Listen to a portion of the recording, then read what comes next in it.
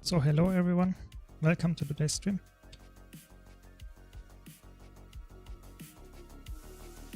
Today we will play some PvP.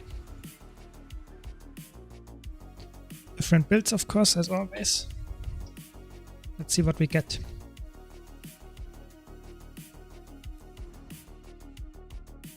Hi Masner, welcome to the stream.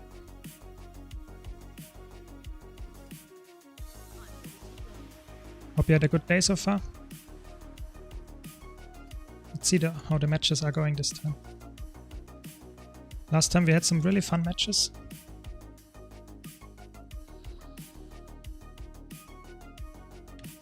Always check my settings if everything is set up correctly.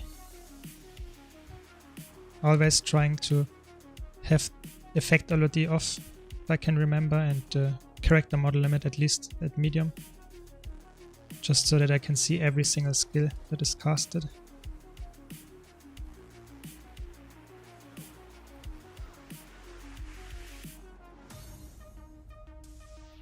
Are you excited for the new relics that are coming on Tuesday? It'll be really interesting to see if they can beat the ones they released last time. I think last time they released Atrocity Relic, which is not crazy design-wise, but it's fun a little bit, and it's something new. I also think it's not the best one. I think they could buff it in terms of percentage, but let's see. What else did they give last time? Relic of Rivers, of course. That one was absolutely broken. Now it's still a good relic. I'm not sure if I want relics like this. I think they are more fun than passive 10% damage bounty, but it might still not be that interactive. So if they bring quickness on dodge, that would just be overkill. I'm not sure if they should do that. Even the 1 second alacrity is really strong. It's not broken on every build, but for example on Warrior, that gets a lot of endurance regen, or even Thief and Mirage, it might still be a way to bunker down. I don't know. What else did they give in the last patch? I think Blightbringer was... I think this one is also quite interesting. It's some nice AoE effect. I think on Condi Soul Beast you actually run that. I think it's an interesting idea. I think it's cool. I think it's nothing too broken, but it's actually interesting. What else did they bring? Can't really remember all of them. It was of course Relic of Stormsinger, which I'm currently running on my Willbender. It's a really fun relic to play. It might not be the most interactive one, but it at least gives you some kind of attack. I think that's good. At least in my opinion. What do you think? But I think it's more interesting than just 10% damage buff or something for the next 5 seconds. Yeah, I don't know what else they brought with the latest expansion. But I hope they continue with interesting relics, because the core ones are for sure the most boring ones. At least in my opinion. For example, look at Thief Relic. I think that has to be the most boring relic that is there out there. 5% damage buff, just to be honest, permanently actually, if you just not use only auto attacks. I think that's just the most boring relic there is. But I guess it's something for PvE. I don't know.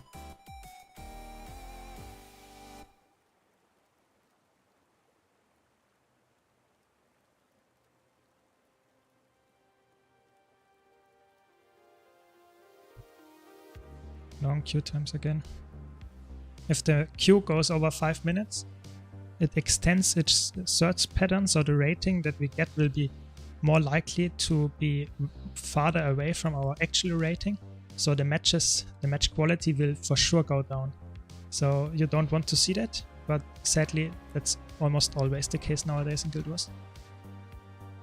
That's why I also have the feeling that if you get an instant queue pop, which is really good, most of the time the matches are way better than if you get a 5-minute queue or even a 6-minute queue, just because oftentimes you get a really bad player in your team and the enemy team gets a really bad player in their team.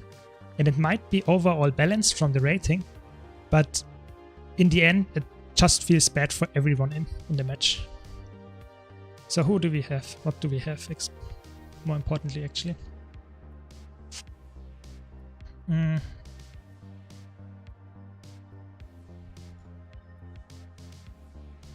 I don't know. I could go support, but I'm not sure if I want to play support in ranked. It feels so bad. They have quite a lot of side node pressure, not a really good team fight because they don't have any support either. I think I will stick with Willbender for now. Just because it's mobile and this map is really favorable for mobile classes. I think could also go for Condition Herald. I think that would also be a viable pick, just because I could then push in one-on-ones if I really needed to. Because I feel like Condition Herald is extremely strong against Willbender, if you play it correctly. It's probably a Condi Core Thief, which is not that easy for me to face. I don't have that many cleanses. But if I can burst it, it might be still fine. Welcome everybody to the stream. Hope you had a nice day so far. The match starts soon. Hey Roaming Spirit, welcome to the stream.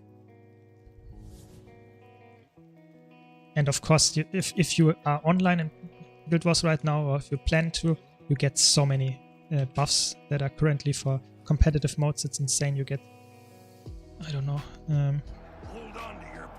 63% more reward track gain, just baseline. That's actually crazy.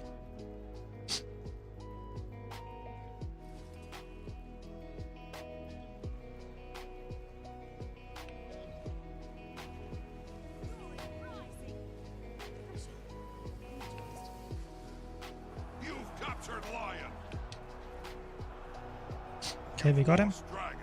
That's why you don't play Core Thief.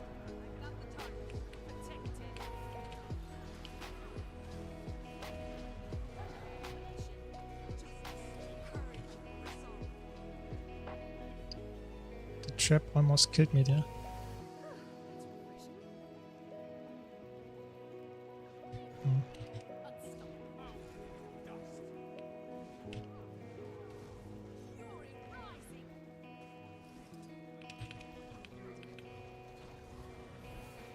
Stability. Maybe they get the kill. No, they don't.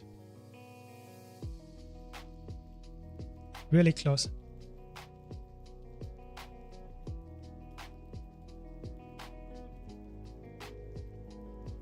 I mean, I'm not engaging in that, you know, negative behavior. I would never do that, you know. So we are completely I don't know, in a bad position here.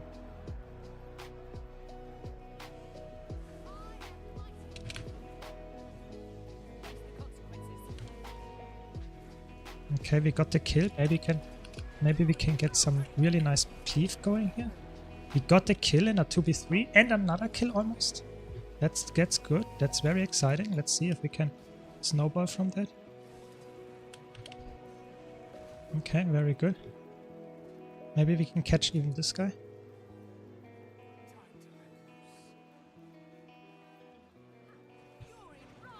Okay, we caught him. I can now go for the decap. We have to be a little bit careful. It's a ranger. Safe res is there. Okay, we probably can't go for this guy. You've captured the field.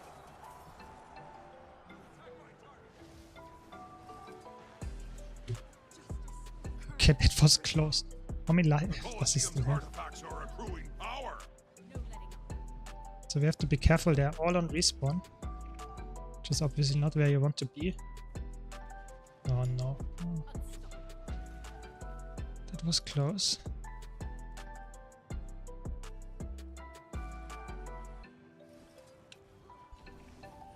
Sorry, I have to concentrate here. Otherwise I will read chat after I got the kill here, you know. The artifacts have reached maximum power.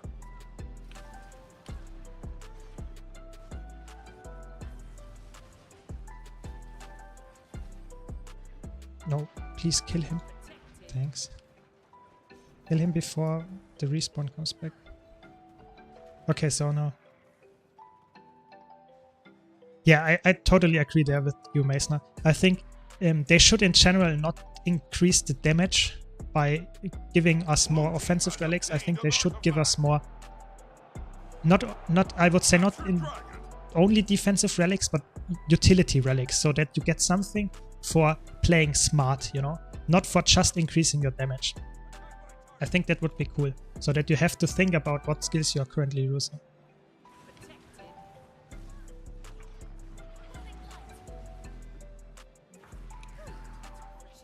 Blue team has obtained an artifact.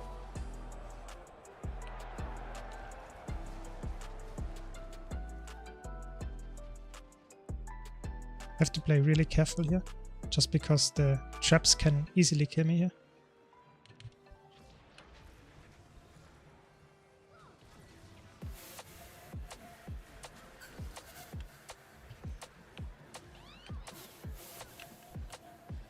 Okay, we got the kill. Really nice. You've captured Lion.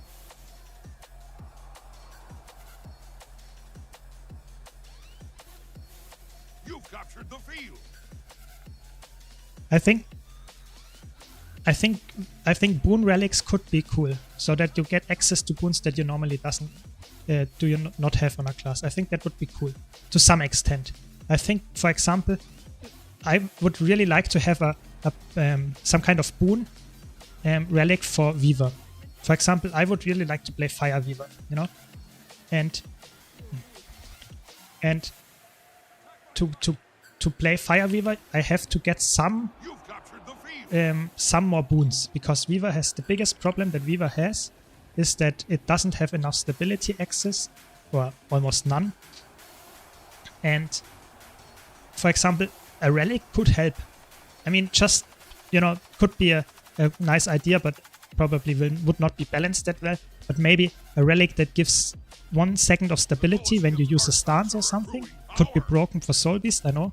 But in general, something like that, you know, that it's not a defensive relic in the sense that it's extremely broken, but it might enable builds that were not enabled previously.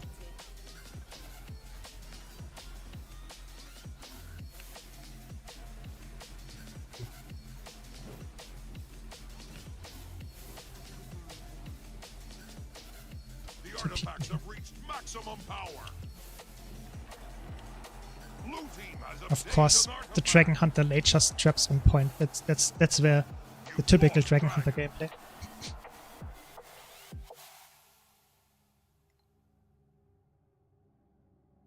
I don't know. Do you really think they will count how many relics they have and then say, we have to balance it out? I think it's more they have a design idea and they want to push it out. I think that's what they're going for. There might even be some roleplay considerations. So they'd say, last time we did a relic regarding Kriya, which is one of the PvE mobs. this time we will do the other boss or something, you know. That might be way more what they are thinking. I really doubt that they will just count, okay, we have this many offensive ones, this many defensive ones. I think that's not what they are doing. I have to, that's so much burst damage here.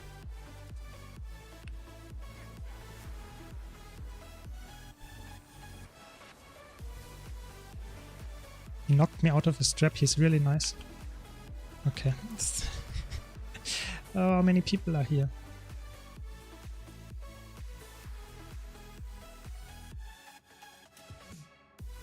Yeah, I think the problem is they have only relics that do some attacks which are proccing on elite skill or on healing skill usage, you know? There are not a lot of relics that give you a skill without those two options to proc them. And I think that's a problem. I think that should be relics that, for example, proc every 3 utility skills or something that you used. Or if you use an ammunition skill or something, this will proc, you know? That there are more options for relics to proc, because oftentimes I feel like classes, for example, Elementalist has really long cooldown elite skills most of the time. And you get really hard punished. You can't run a lot of relics just because you don't have the option, you know, to run these relics, because you're most of the time... Holy shit, how many? Okay, he's dead. So how many... Is this the DH? Yes. I don't push into DH, but what put the... Maybe I do, I don't know.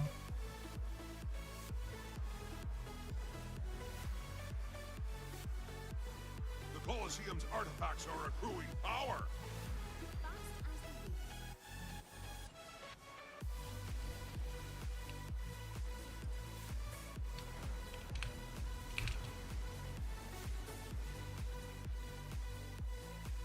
X-Thief also on me, really good.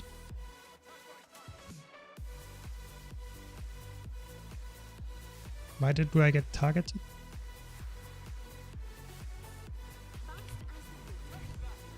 The artifacts have reached maximum power. You've lost life. That's a lot of damage. We actually got the kill. Really nice.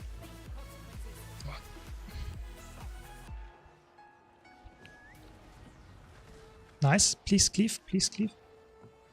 I could use a hand over here. Blue team has obtained Nice. an Very good. artifact. 3v2.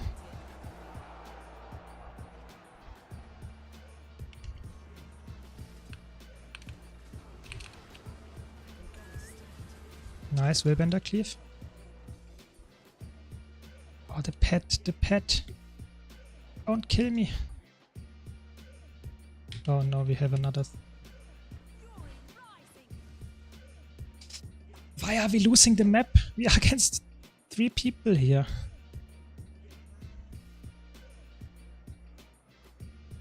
Okay, so yeah, I think they could go for different options to trigger the relics. I think that also would be really important, because that gives you a much more ways to give. That's an interesting. Okay. Sad. Gives you way more ways to proc the relics, I think. It's really important actually that they do that. And I hope they recognize that as such. Why are we getting farmed by 1 catalyst here? Okay. Just decap. Okay.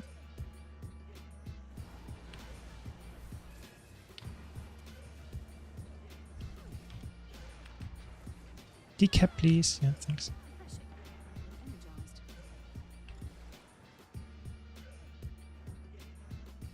You've lost the field. Doesn't matter, when I leave, it will be a death for sure. And if I stay, we will lose the rest of the map. So it doesn't really matter where I go. Oh, so many people here. You've captured Dragon. The Colosseum's artifacts are accruing power.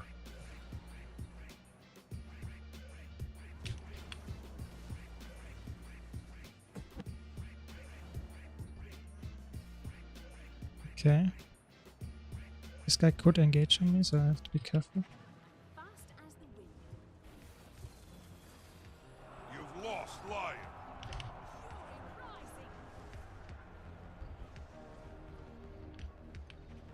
The artifacts have reached maximum power. Okay, we should have gotten this guy, I'm not sure. Yes, there it is. He ported on point, so I think we should get the kill here. Very nice. To be a little bit careful now.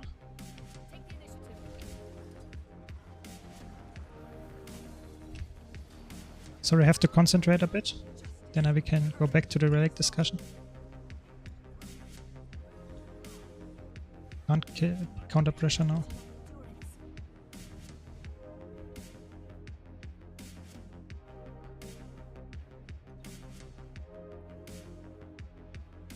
Yeah, I think the Stormsinger relic is by design a good relic.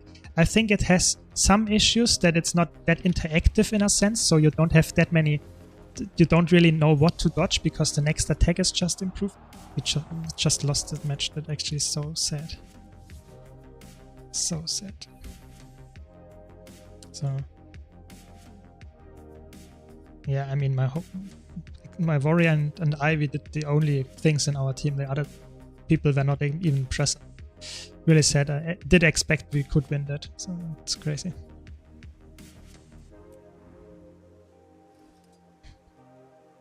Yeah, I mean that's what it says. It says after using a movement skill, and it's a movement skill, are not teleports. Teleports are, in fact, in Guild Wars technical terms, a teleport is so you don't move at all. That's really important to understand. You teleport. That's why you can teleport through walls or something, because you don't move the way you teleport to this position. That's why, for example, this one and this one proc it, but the third one is a teleport. It's not a movement skill, so it will not proc it. That's the important thing. Hey Roderick, welcome. So I think it's okay, you know. I think it's okay to make relics like this, because if they would proc on everything, I think they might be too strong. Look at Willbender. Even on Willbender, you currently run it, you know, because it's proccing on a lot of stuff. But if it would proc on teleports as well, you get even more, you know. You got it on your F3, on your Judge's Intervention. You would also get it on your Symbol of Blades. So I think it would be too strong in that way, because you get so many things. And on Thief, for example, it would also be too broken. I mean, that's just how they designed it. I just can tell you how it is. I think other stuff that, for example, is really cool. I think, for example, the Brawler one is a really interesting relic by design. I think that it's just giving you a 10% damage buff is boring. But that you get something when you apply a boon to yourself, I think that's interesting. That, for example, not a boon that is common as Might, but a boon that is a little bit uncommon, like Resolution. Why not give it, for example, some really cool interaction, you know? Like I said, if you get stability when you do this, you know, or you get, for example, there is a trait on Engineer that gives you vigor when you grant yourself swiftness. I think that's also really cool, that you get some really nice interactions so that you get value from underused traits or something. I think that could be cool. But I'm always an advocate for giving relics a more active things, you know? That's why I, for example, really like the Saros relic, you know? The Saros relic is not really good, you know? Especially in PvP, it's really, really bad, actually. When you use an elite skill, you summon a really big attack that does something. I think that's really cool. That's really satisfying to play. And it's also really interactive, because your opponents can dodge the skill, you know? But they have to make it a good skill, of course. I'm not sure if they can do that, because I think all of the elite skill relics are not that crazy in the sense that we use them. I would say you could lose leadership, but it's more of a support relic. It's not an attack that the enemy has to dodge. I think Ice relic is also a problem, because Ice relic is actually either really strong or really bad. Because the Ice relic is really hard to dodge. You don't really see an animation of anything. And if you get hit by that, it might be too late, you know, because it applies a lot of vulnerability and chill. And if you played it on a Condi ref or something, it can be really quite a lot actually that you get hit by. I don't know. I think some stuff like this is interesting. I think that's really cool that you get some really nice play options.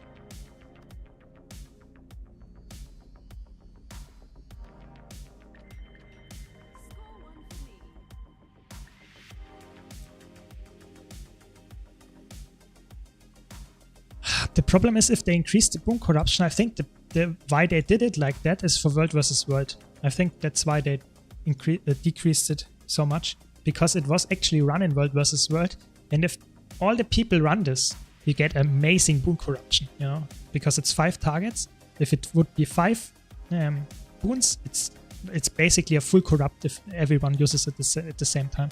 I think that's not something you want. I think you should always aim as a developer for relics that are interesting, but are not used on every single build. You know, you should make a relic that is strong on one build, and on another build, it's total garbage. You should not use it. I think that's how you should design relics. Because if you make a relic that is generally strong, it's most likely be used by a lot of builds, and that's not good.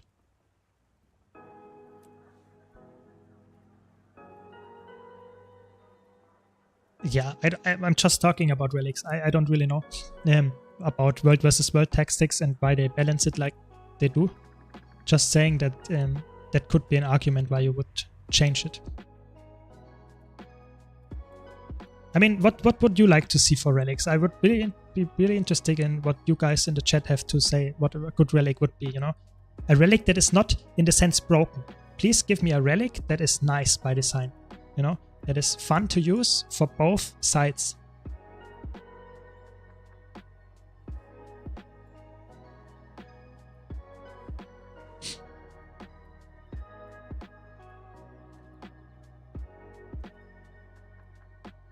Oh, that's a tough one.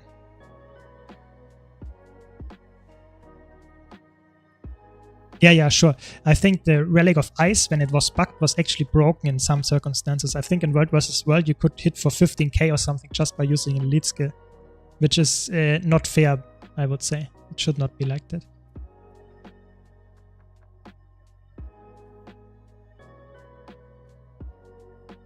I think it's fine if you have relics that have a long cooldown, but to some extent you should be able to see when the cooldown is coming off, you know? If it's hard to track, you know? If it's on elite usage, it's okay, but if it's, for example, on healing usage, it might be really hard to track. So if it's a cooldown of 90 seconds and you use your healing skill every 15 seconds or something, you have to count to 6 in a match, which is really hard over the course of 1.5 minutes. The match starts soon. The account name, so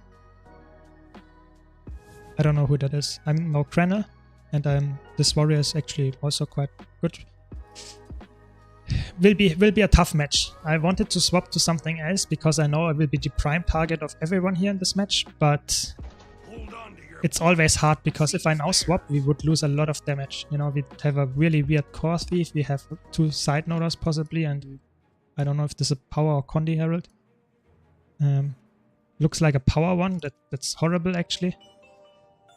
Yeah, in a bad spot.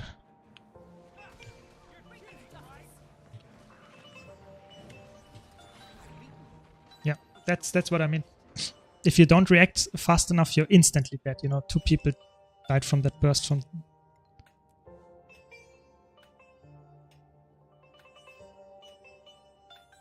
That will be a tough match. That will be a really tough match to win.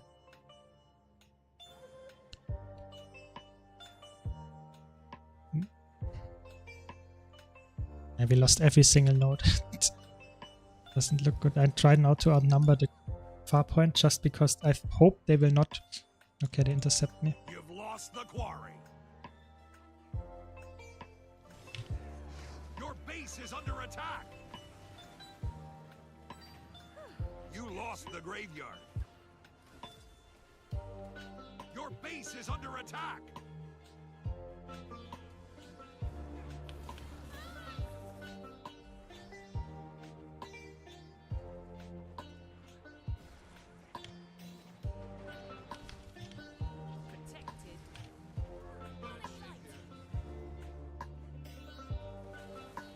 You lost the waterfall.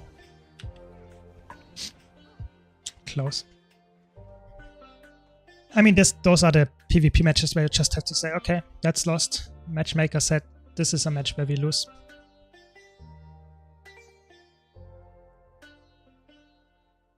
Yeah, I think the problem is if you use an add-on in PvP, it would be not allowed. So you would go against the terms of service.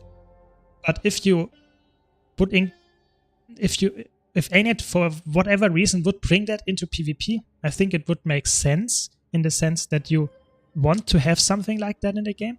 But at the same time, I think PvP will not be much better off with having if you would have something like that, because PvP is really hard, and that is a really good skill expression to know when your cooldowns are up.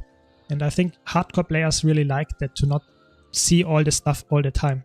Because if you have a boom bar that is covering the whole screen and everything is red or green or something like that whenever you have something of cooldown or not, that would be just not really good for the game. Look at this matchmaking. We will lose to 500-0.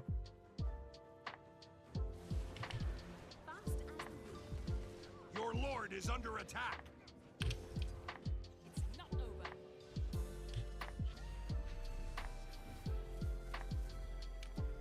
Your lord is under attack.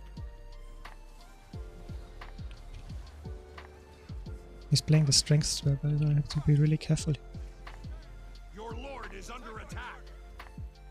Protected. Fast as the wind.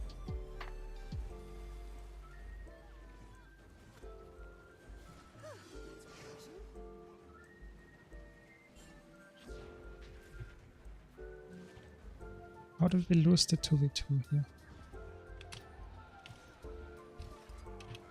Face the consequences.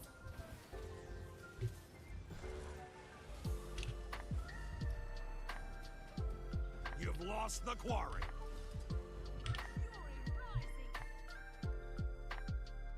Yeah, I mean, I actually can understand that. If you really get matches like that, multiples in a row, it just feels so bad. I think PvP feels so bad nowadays. Just because of that. I think the problem is really that we have matchmaking like this. It's not like I'm tilted. I think it's fine. I think I have to lose some matches, you know, that happens. But I really would rather lose a match 490 to 500 than 0 to 500. It feels so bad. I think this is... Could I have done... I played really bad. But I think even if I played perfectly, I would have lost this match. That's why I really don't like the matchmaking.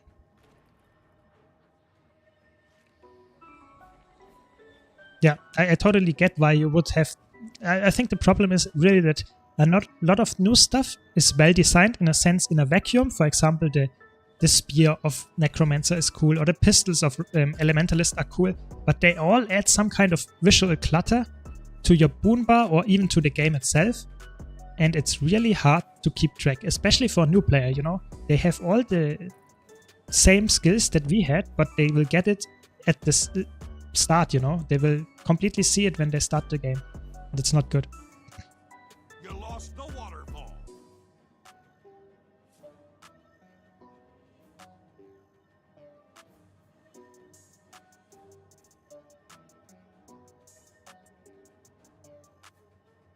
I think the problem is also if you queue, right, I am doing it right now, if there is a AT going on, then you have lost almost all the complete players that are playing PvP, and you just get 10 people playing, and you will get a match out of those 10 people. There will not be a fair match anyway.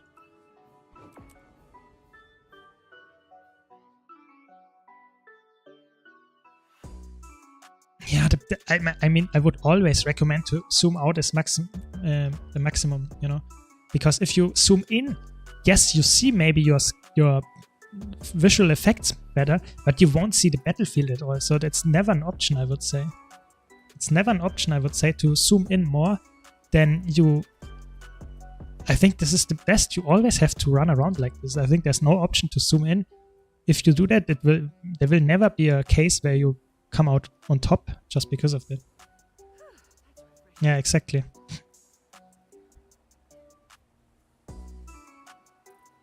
Yeah, I think if I have to choose, I would rather have longer queue times and get matches that are a little bit more balanced than this, you know, where I go in the match and I see, okay, that's lost. That feels really bad, you know, because I'm not really about losing or winning, but how can I learn something in PvP and get better when I get stomped 0 to 500? And if I lose the base, if I move out of the base, I will instantly get killed by 5 people, you know? How can I improve in the game, you know? It's impossible. But let's see, maybe in the next match will be better. I'm always positive, you know? So...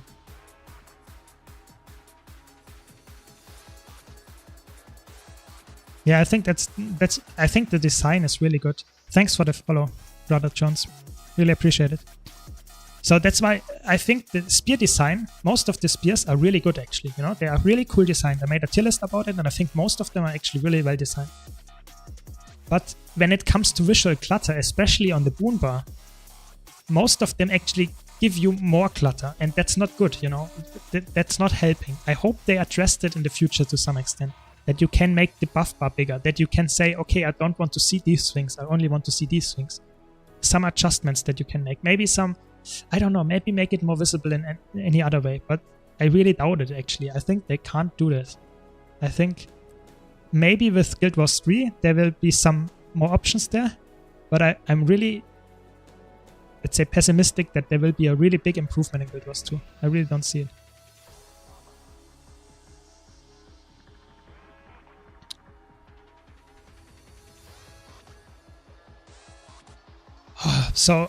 So Brother Jones, let me think. So what class uses longbow really well? I mean, you could play Dragon Hunter. Dragon Hunter uses longbow to some extent. Oh, let me quickly check what we have here in the match. This Elementalist. I think this is a really good Herald match. So what else do we have? Ranger, of course, has a lot of longbow builds. Currently, they are not the best ones, I would say, but they are still quite fine. And I think that's it, actually. So I would say Warrior, Ranger, or Guardian. Those 3 classes can make use out of longbow currently really well. I would say probably the best of them is probably Conditioned Berserker. So Warrior.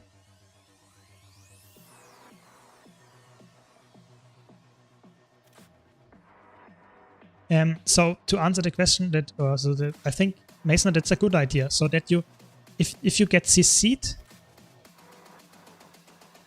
how would you implement that? It shouldn't be too good, you know. It should not be broken in a sense. So if you get CC'd, and the next CC you will get will just be nullified or something. But would you see a cooldown? Because you have to counterblade it to some extent. Because if you, for example, try to CC someone who has just procced it, you might want to stow your CC skill, you know? Because you don't want to see that, to want to waste your CC skill. I think that has to be really well implemented, otherwise it would be broken. Yeah, I got the other Willbender, I don't know if that's good. But at least we don't have that many broken people here.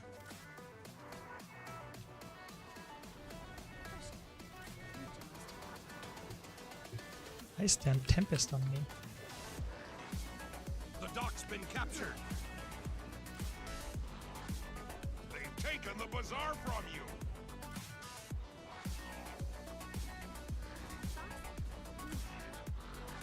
Look at these conditions. What are they doing? Help me, guys. What? Hello? What? No. So I think against Herald, if you're playing against the Herald in PvP or any Herald with Spear, I think the most important thing that you can do is to dodge your 4 and the 3 skill of the Herald. So how can you do that? I would say the 4 skill is really short cast time, so you can't really dodge the animation.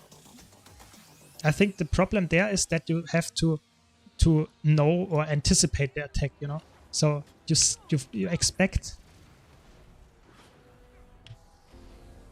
Holy shit, why are they all conditioned? That's so bad. Would I have known that? It's crazy.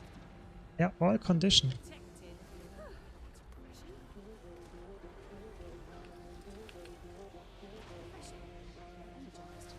Then I could have gone for a different relic.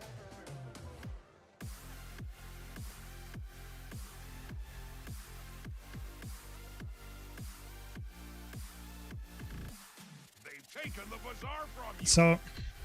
So I think those two skills are key skills to dodge it if you play against the Revenant. And what's also really important, this build is actually a melee build. Don't get anyone wrong, it's a melee build. So Herald, if you can stay away from them, they deal almost no damage. So that's really important that you stick, try to leave them alone.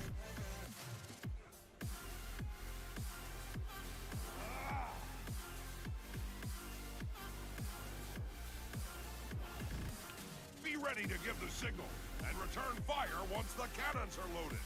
Just let me concentrate, I want to win this one-on-one here. It's obviously a Condi build.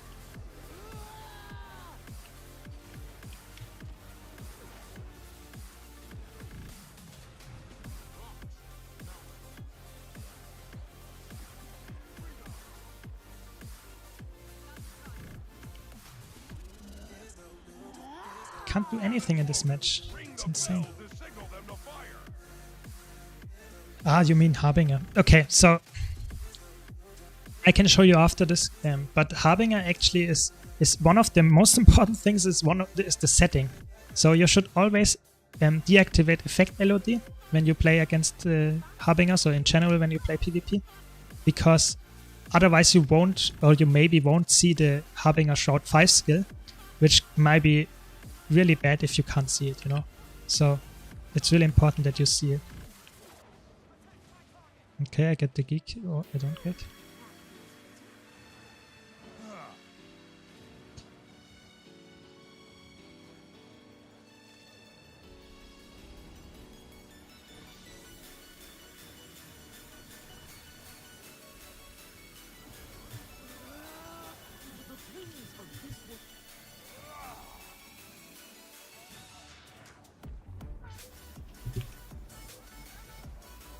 So let me concentrate again. They got the bell, but maybe we win this fight. No, looks bad. At least I got the decap, really good. But I think I have to disengage now. It's really bad if they got the bell, just because they have now way more agency in this match.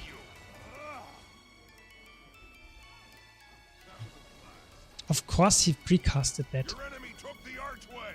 Oh no. So, other things that Harbinger... So I think there are two builds. You could either play against the Power Harbinger, which of course is the Spear and Sword most of the time. So it oftentimes wants to get in. So keep your distance and try to have reflex up or something, and of course apply a lot of weakness. It's always going against power builds. But then next thing that you could do would be, for example, that you have a lot of Condi cleanses because they apply a lot of weakness, and if your power build, weakness is just a death sentence most of the time. Oh, the Condis. And again, it's insane. Why am I'm always against two people? And return fire once the cannons are loaded. I mean, I don't know what I can do. The dock's been captured. So Power Harp, Soul Beast with Longbow is a fine build. I wouldn't say it's broken or anything. I think it would be, for me, something in B tier or something. So it's good, but it's not broken. You can give it a try. I think it's a really fun build to play. It might not be the most carry build that you can do, but if you play it well. Are they all... Holy shit, they are such god tier players. He just anticipated me doing that.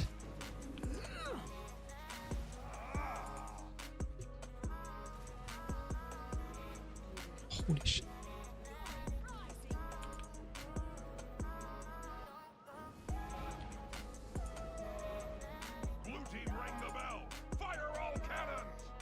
It's fun. Roderick, it's really fun. I think I enjoy it really much. It's crazy.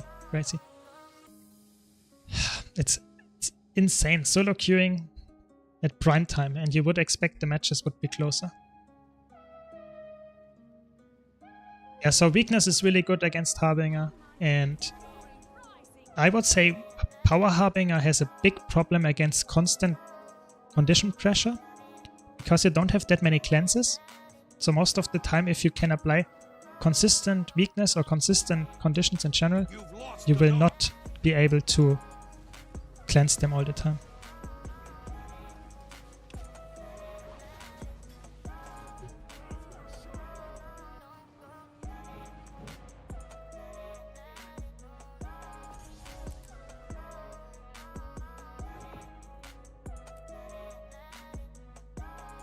Yeah, I mean, I get it. If you have 10 matches in a row like this, I totally get why you would be frustrated, you know. But I mean, what can I do? I try to improve and I try to have fun, and maybe one of those matches will be fun and I will learn something. Not of those currently, but maybe, you know. Thanks for the follow, by the way. Excuse. So I think that's how I would play against Power Harbinger. So let me quickly log to Power Harbinger.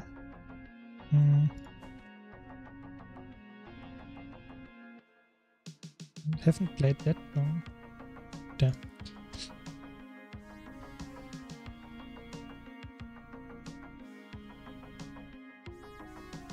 So I would say dodge this attack. So it's a little bit hard to tell, but it's, you know, this flying projectile, the green one.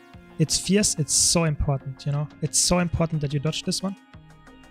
And the one that I meant before that you don't see if you don't have the effect LOD off is this one, you know, this green circle that floats you. It's really important that you dodge this, or that you don't walk into this. It's so important. And otherwise, a Power Harbinger has a lot of ways to heal itself. Even though it's a Necromancer, it has extreme heal and lifesteal. So never engage on a Necromancer when you have low cooldowns just because they have low cooldowns or have low health.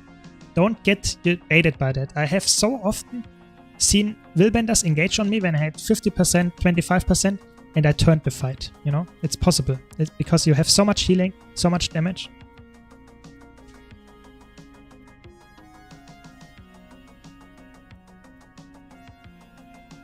Yeah, so that's really important that you keep that in mind. And it's still a Necromancer, so it's quite mobile. Even double sword, you know, you have your typical movement skills here in the Shroud. But if you can immobilize, for example, with a Willbender or with any class, oftentimes you can kill a Necromancer. So typically you have two stun breaks. You have your Flash Worm, so which you have to precast. So this is a stun break, and you have the Spectral Walk. So you have two stun breaks. But you actually also have access to stability. So you could, of course, use your Elixir of Ambition, which will give stability. And if you go into Harbinger Shroud, you will also get stability. Which is also really important that if a Necromancer goes into Harbinger Shroud, you should, for the next few seconds, just disengage. Or just not try to counter pressure, because they will get a 50% damage reduction for the first 2 seconds. So that's like if a Willbender does his F3 skill, you should just not fight it most of the time, because you will get more damage than they will deal to you. Then you will deal to them. And that's the same with Harbinger. So if you can avoid fighting for the next 2 seconds when they jump into Shroud, which you see clearly because they glow greenish, then you are good, I would say, most of the time, because after that, the Shroud is actually not doing anything for them. Of course, it gives them boons and it gives them new attacks, but they will still get a lot of damage because they don't get any reduction, you know, as a normal Necromancer. So if you keep those tips in mind, I would say you can face Necromancers, or at least you should be able to. Of course, you have to train. It might not be the first one you kill instantly, but I think it's actually a class that is rather well designed. You have a lot of skills that are easy to dodge if you know the animation. Of course, if you have enough endurance to dodge. think it might be worth it.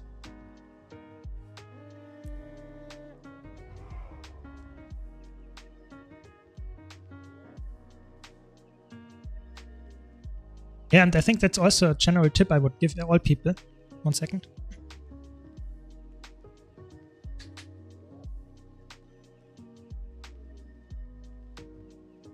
I'm a little bit sick, so sorry for that. If you don't know a class or you can't face them all the time, maybe just check them out, you know? Try to get a new character or something. Try to check what is the current meta build that people run. And then try to... Why do I always get... What is this? This support? No.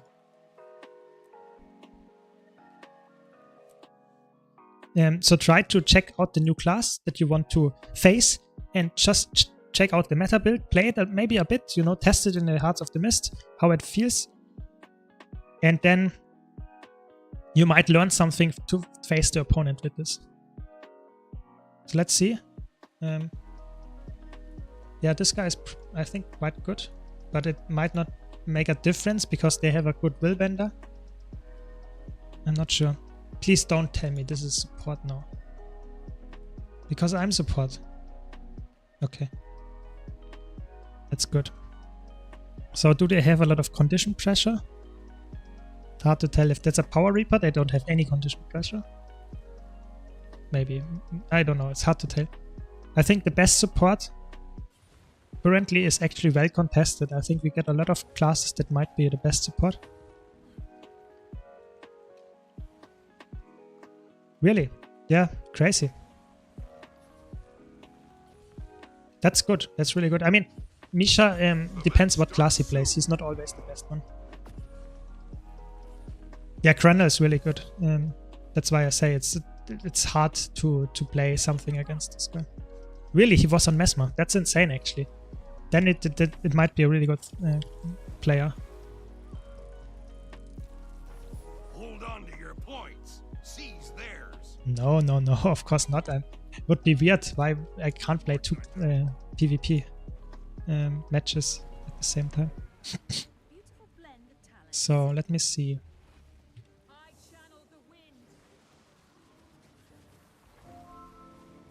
So support is really hard. Let's see. Oh, we got pressured a lot here. Windmill captured. Was a really good teleport. They used all the skills on me and not getting a lot of damage here. So what do we have here? I think Thief and Power Chrono is actually an interesting matchup. It's really volatile. Both classes can win. I think that's fun. That's fun. That's how it should be. So where's our Thief? Okay, I can't get those.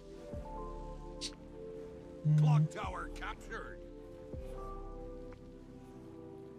That's tough. Oh, now we get decapped here. Nope.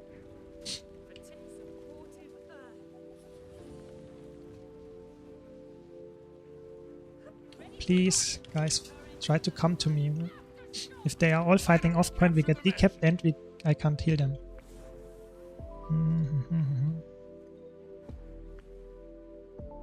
Maybe I can get the res. Yes, I got it. Very good. Just to make sure, you know. Thief can always interrupt you with steal. So I have to be really careful when to cast my glyphs so that I don't get interrupted all the time. Currently it looks quite good. Might be a good position to be in. Okay, we don't get the contest here.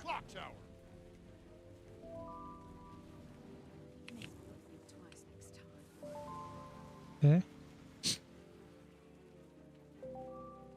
It's so stupid. I should not be capping here.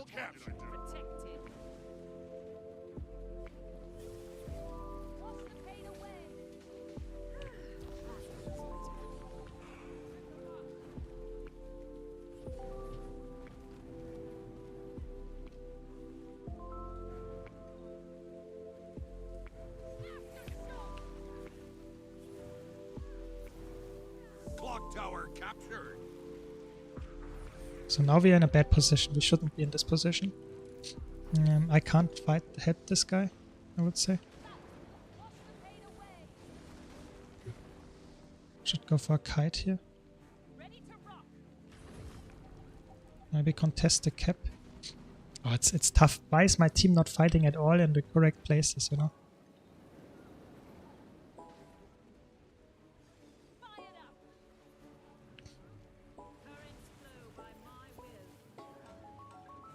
I have to help this guy now. It's not good. It's really bad, actually.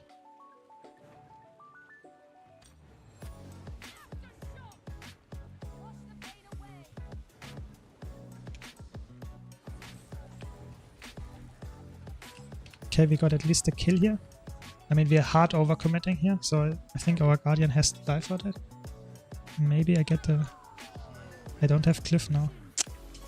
Not good enough. Should have stayed down. Okay. Please help me contest the fight.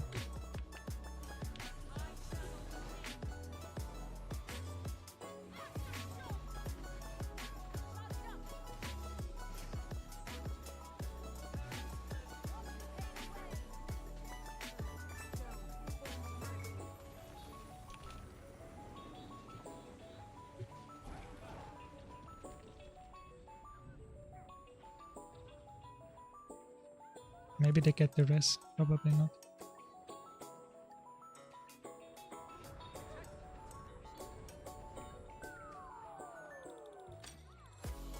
I don't know.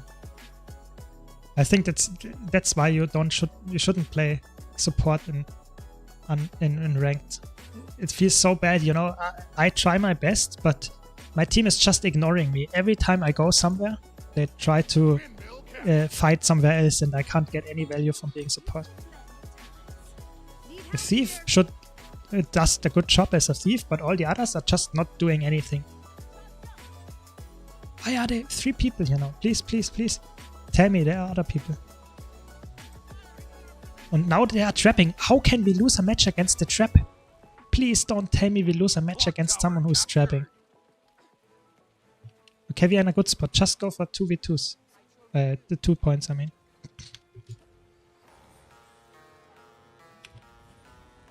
Holy shit, he got 2 shot.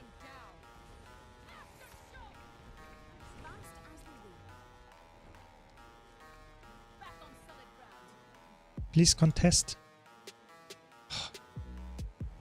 I don't know. Why is everyone mid now?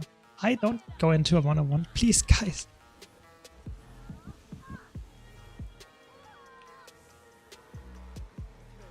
Enemy captured the windmill.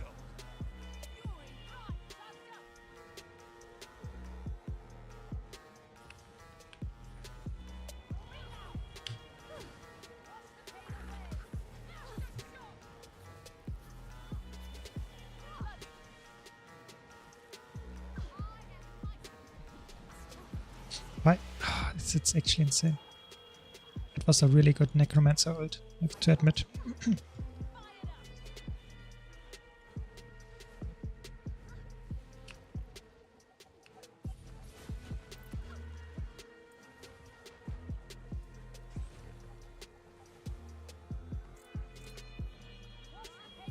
I was actually expecting that there will be another downstat, so I was going for the Earth version just to get maybe 2 reses at the same time.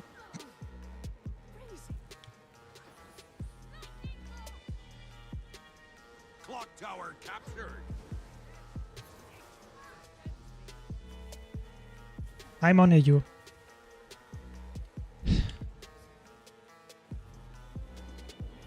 But the next patch will actually be really exciting, because we will be able to easily transfer to an A just for 500 gems. It's really interesting. I don't know what I can do at this point.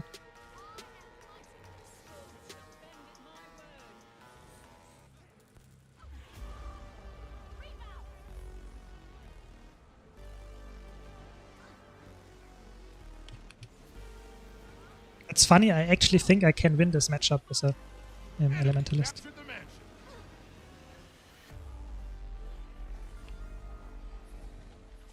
We are losing the whole map. I'm not sure what I'm doing. I think the problem is both servers have way too less people to play. But I would say in general, EU has more mid-range and NA has better players in the high end, I would say. That's at least my opinion. I don't know where I can go to help my team, you know. I don't push in a 1-on-1.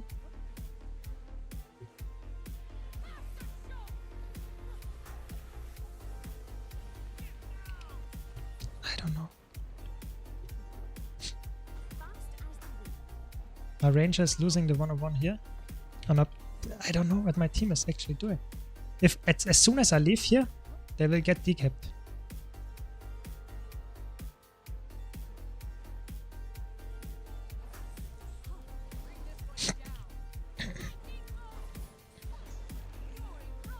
I mean, we are only 100 points behind. I think we can come back.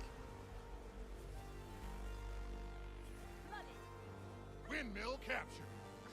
Yeah, I think it's really cool that you can just swap the servers. And it will be really easy next time as well. Next patch. Because you just have the decision for new players to have either be NA or EU. There are no other servers anymore. I think that's really good. So let's see if our thief can do this 1-on-1. I don't want to go support. Why would I outnumber thief in a 1-on-1? If the other side of the map is fully contested by at least 2 people now.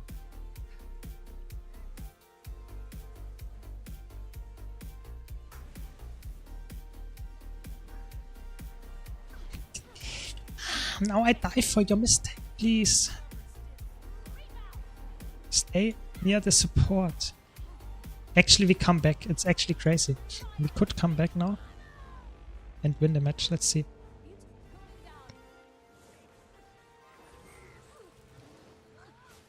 What is stun? Stun. Give me.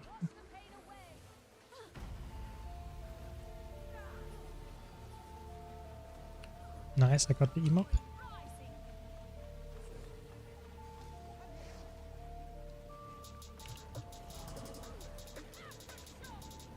Got 3 people. Actually, we came back from that.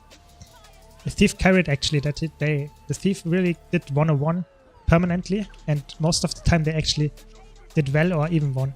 That's why we won this match. Crazy. Yeah, I think if someone uses catapult and you lose, I don't know what's happening. I think that's just what? Such a move. I think we won this because of those really weird trap shots. I think there was no reason to go for trap. Clock tower captured. I think there's never a good reason to go for trap, you know. But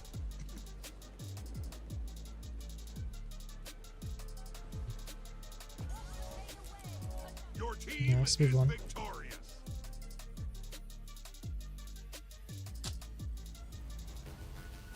But I think I would have had more impact if I didn't play support there, to be honest. I'm not sure if it was the right decision to go for support.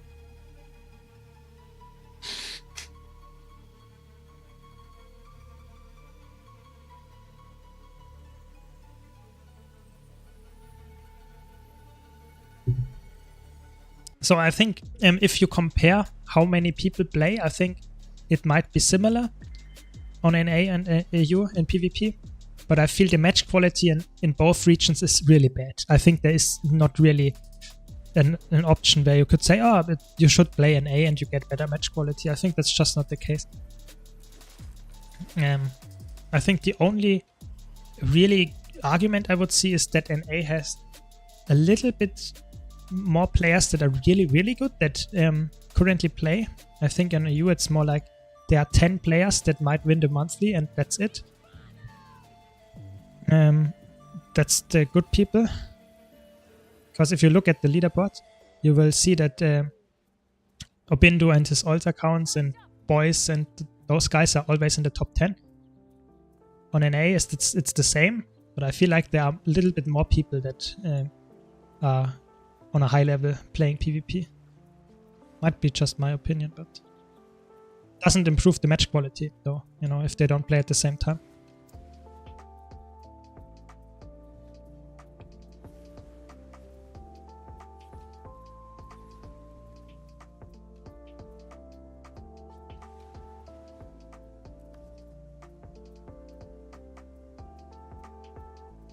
So how do I have to...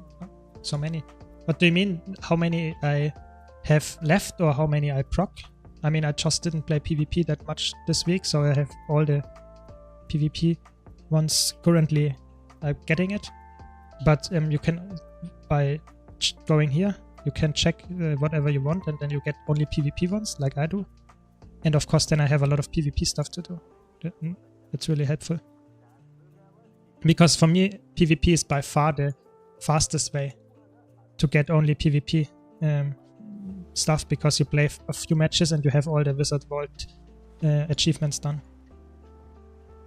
PvE ones are really bad. I feel like sometimes you have to do really weird stuff. And like that. Yeah, sure. Always glad to help.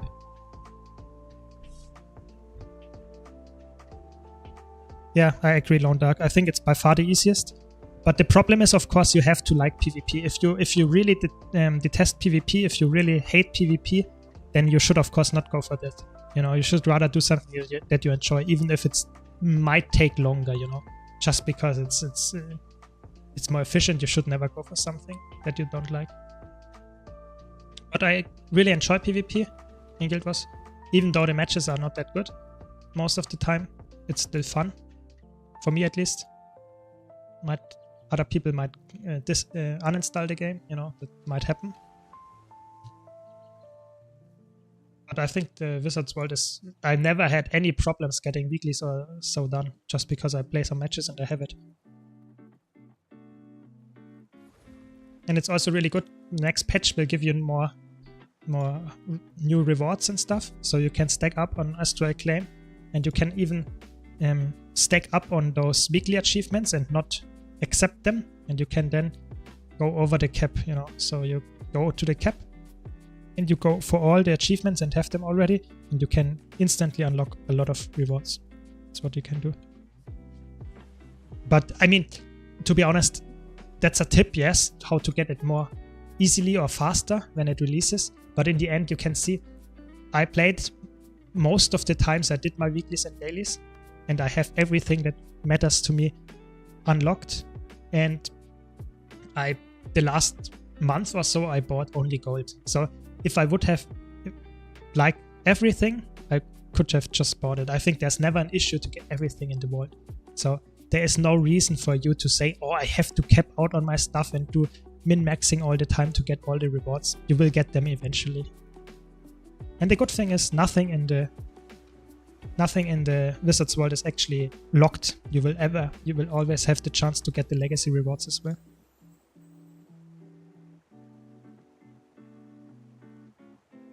Yeah, I totally agree. Lone Dark, that's also a reason why I oftentimes just wait a few minutes, maybe 5, maybe even 10 minutes to not get in the same people again. Because it feels really bad if you get exactly the same team and you know, oh, that's not gonna work out. Yes, every season has new skins. It's not always that the skins are specific, you know, sometimes it's a glove skin, sometimes it's a shoulder skin, sometimes it's a helm skin, but it's always one weapon set, and sometimes it's a mount skin or something. But there are always skins in there that are new, at least 5 or so, and always a complete weapon set, I think, at least.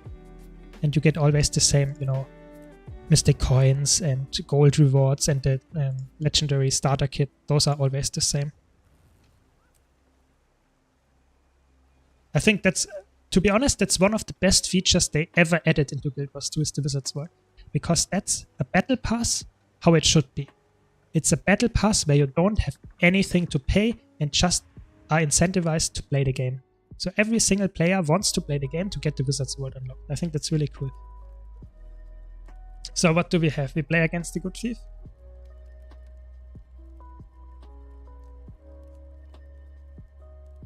That's interesting. Yeah, of course. That's I think Lone Dark, that's a big problem that Guild Wars 2, especially PvP, is just, it would be so much better. A lot of problems would be solved by having more people that would play it, you know. Just, if you even, I think the map, the balancing and stuff is actually not a big deal in PvP. If you would have 10 times or even 100 times the amount of players, it would be insane how good the PvP quality would be. But it's just not there, and therefore it feels really bad for those people that like to play. And to some extent that's actually true for other game modes as well. For example, if you look at raids and you want to do raids, there is on EU actually some raids going. So we have now 3, 4, maybe 5, and then we have the same amount of people that just want to sell something. If you had more people playing raids, that would be way more active, you know, and people would have more incentive to just pack, you know. I think every single game mode would be better if you have more people playing it. That's a tough match. I'm not sure if I should play support here. They will die in seconds. I can't get the rest most of the time, but let's see. Try my best. Ready to rock. The storm shall bend at my word. Hold on to your points. Choice. Seize theirs. Freedom. Liberation. Okay, now it's a Conde ref. This one is actually quite okay. Hopefully we get some stealth. No, we don't. I don't know. Your enemy took the mine. It was a preemptive cast of Aftershock to make sure that we get some protection on our guys and an emob if they engage at the time. We have to be careful. But the rest, it's a little bit close for my taste. We got the kill. Oh, we didn't get the kill.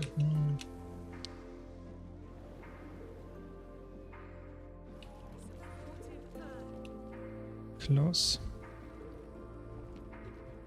Svanir's return. The keep's been lost. I don't know. What is my team doing? Please. Protected. Your enemy took the mine. So I have to help my team here, because otherwise we would possibly get killed here in a 2v3? 4b? 2v4? I don't know. Should not go there. I'm neither here nor there. Yes, good reminder, Roaming Spirit. If you want to get the chance at winning 1,000 gold, or at least some gold, you should check out my YouTube channel. I have a giveaway currently running. Because I recently reached the milestone of 1,000 subs. So the Necromancer is hunted. Okay, we don't get the rest then.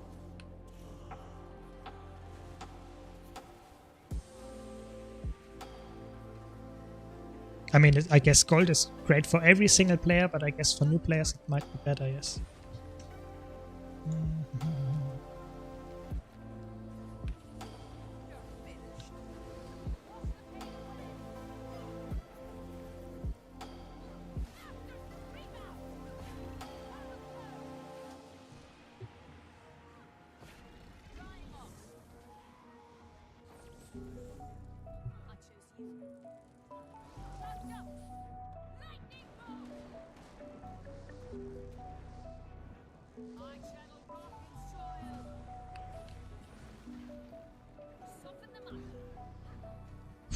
I don't know.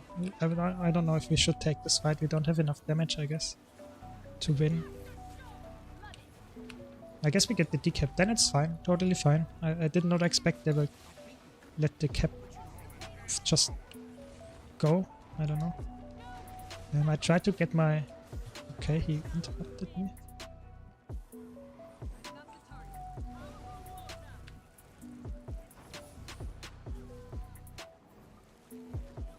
Took the henge. Can someone else please stay here?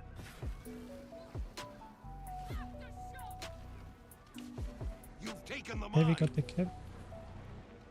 Ah, welcome, chill. I mean, that's what we like to see in this channel here. We always are welcoming backseat gamers. And I'm actually not joking here, because I always like to have some good advice, you know? If you see something that I misplayed, if you have some constructive criticism, I'm always happy to hear it, you know? Of course, if you just say I'm shit and I have to improve and whatever, that it's not helping me, you know? But constructive criticism is always welcome. Ready to rock.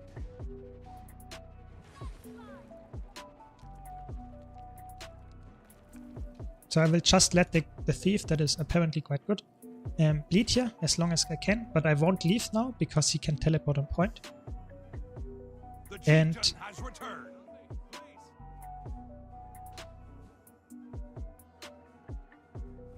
I actually got the... Now I have to be careful to get the rest here, possibly. You've seized the henge. No, I mean, you don't have to be as good. You maybe just see something that I misplayed, you know? I'm always happy to hear feedback there. But obviously, everyone is welcome. You don't have to be a backseat and know everything better than me. But I always try to improve. So if you have any... Oh, this interrupt. So we got the counter kill, that's good. Actually, 2 counter kills. Really good, really Your good. enemy took We're in a good the spot mine. now. Okay, they get the signet. Be careful.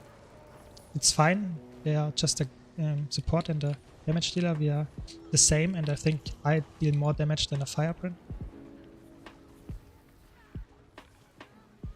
Fury rising. Bloody.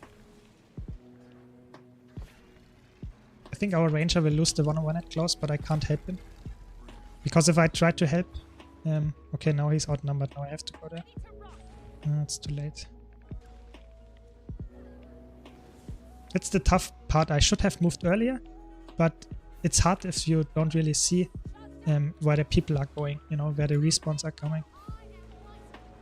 So now we are pushing all fire apparently, which will for sure result in a decap on mid, They took the henge. but I won't contest it. I'm a support after all. So we have here 1, 2 people.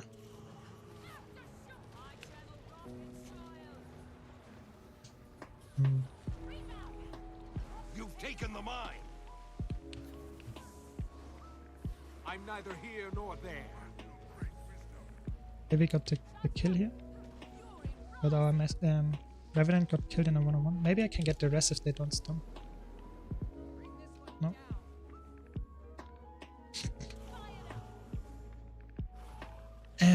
So if it's stronger, to be honest, it's hard to tell. Conform to my will.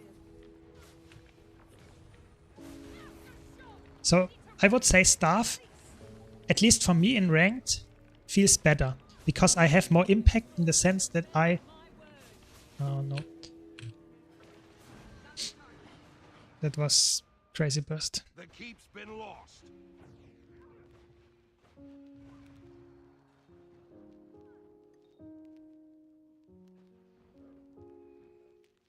So, dagger focus, I would agree, Lone Dark, is has better damage, definitely. But I also think that the CC potential of staff, especially in ranked matches, is insane. So I can kite and still provide value to the team by healing them on range. And therefore I really like it that I have the ability to do so, you know. Because if I get focused, I'm not punished that hard. Oh my gosh. Ah, it hurts. It hurts. It really hurts. It hurts. I wasted my glyph because the thief poured it in last second. Ah, that was painful. So painful. It was so nice actually, you know. Your enemy took the mine. Ah, that hurt. I think that might cost us a lot of points. Because I won't get the next glyph either way. Ah, that felt so bad. I hope you felt the pain. The You know, chieftain has returned. shared pain is less less pain, I guess. The keep is yours. Yeah. So I really like staff for that reason. I would also say Dagger Focus was... I played it for such a long time that I just want to say, okay, play something different, you know. But that's a bad reason to... Holy shit, he power blocks all my stuff just on... by chance. And he power blocked it again. What? How many interrupts does this guy have?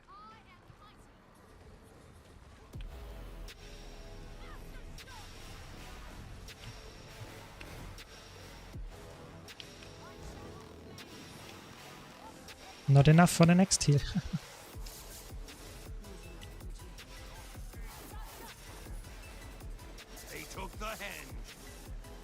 That was a greedy overload, of course, but I think it was good enough because I didn't get any pressure there. No, I would never go for Warhorn. I think if you go Warhorn, you are trolling on Dagger. I think it's a troll that you can do in low rating, but I would never go for Warhorn if you have the option to go for something defensive. Just because Warhorn...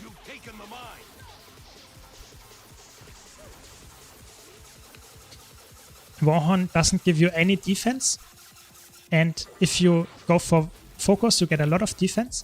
If you go for staff, you get the ability to go ranged.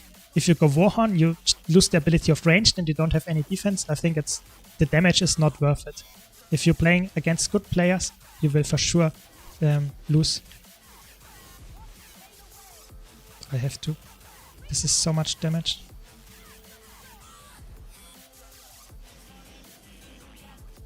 You seized the hen. Your enemy took the mine.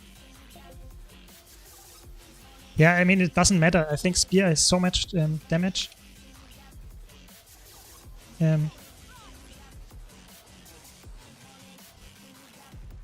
think if you hold... actually quite nice that we hold it with cap all the time. We held, obviously. I wouldn't say that staff is more forgiving. I would say it's more of a play style that I enjoy. This power block is actually insane. How many mesmas do they have? I can't cast any skills that have a longer cast time than a quarter of a second because I get power block instantly. So we actually won really good. How much damage did we have? You see really good healing. For Tempest obviously.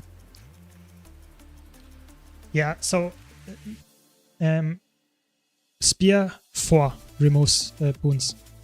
Spear 4 does remove boons.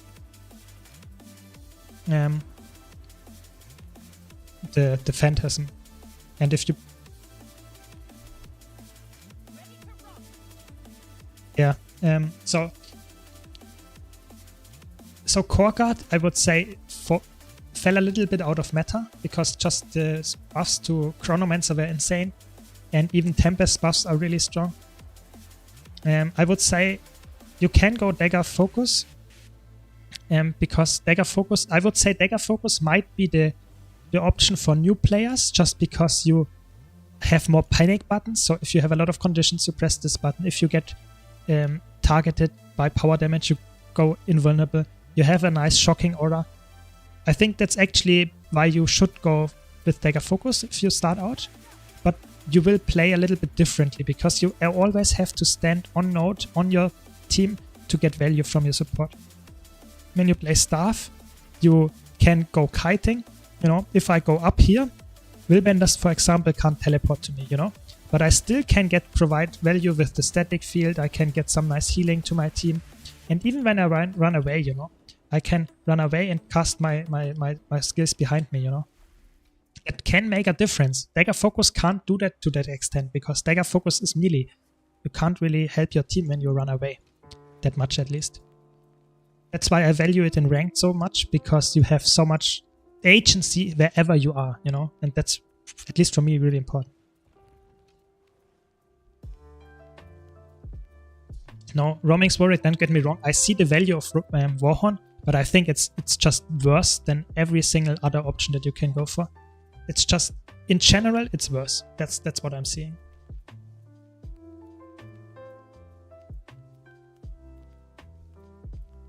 I think support solo queue is always a problem, because even if you're really good, it might feel bad because you have bad teammates. You know, that's always the case, but on support it might feel even worse because the limit that you have to reach, the threshold to carry a match on support, is even higher than on every other build, because you have to carry your team that they even do damage, because you don't deal damage, or not that much at least on support. So I think Staff is really good. I think Staff for Tempest is in that regard really good, because you can carry by using CC. You know, you don't deal damage like a Chronomancer, but you can CC so that the enemies can't disengage. You can immobilize them. You can give a lot of stability. This is really helpful.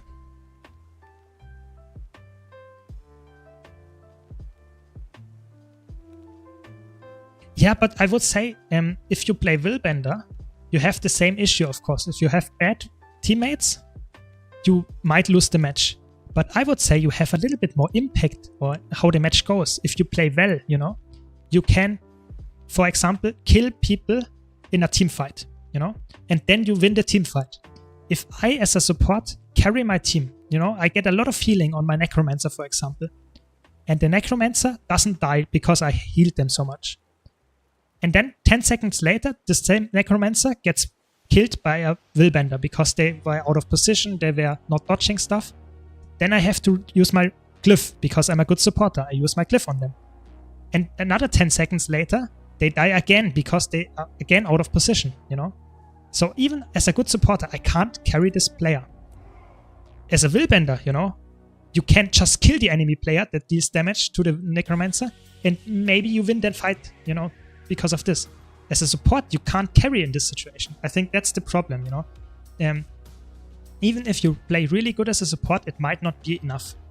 And I feel like all other classes have a little bit of a lower threshold to carry. It might be the current time out of the current population in Guild Wars 2, it might still be a high threshold to carry games, but I think it's a little bit lower if you play DPS, for example.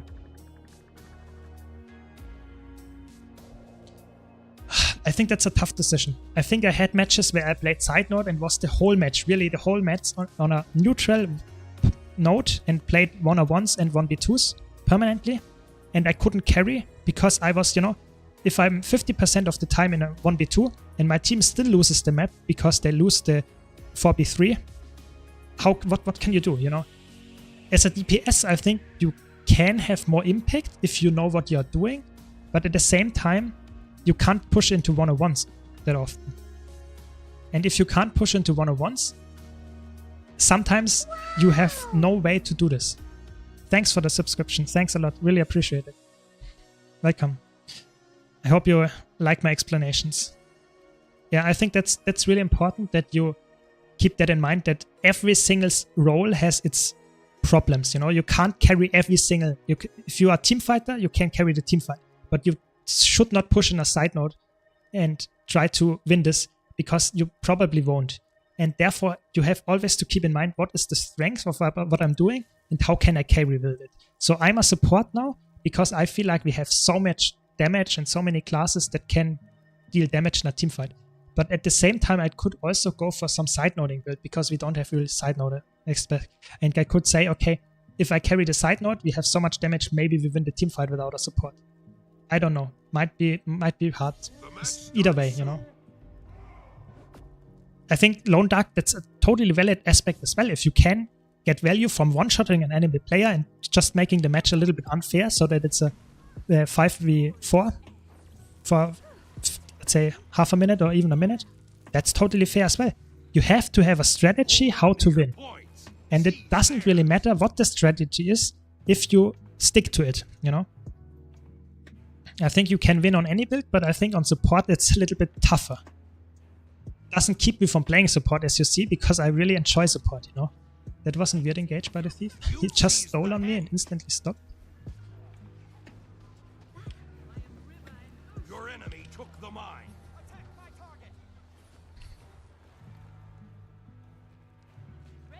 Okay.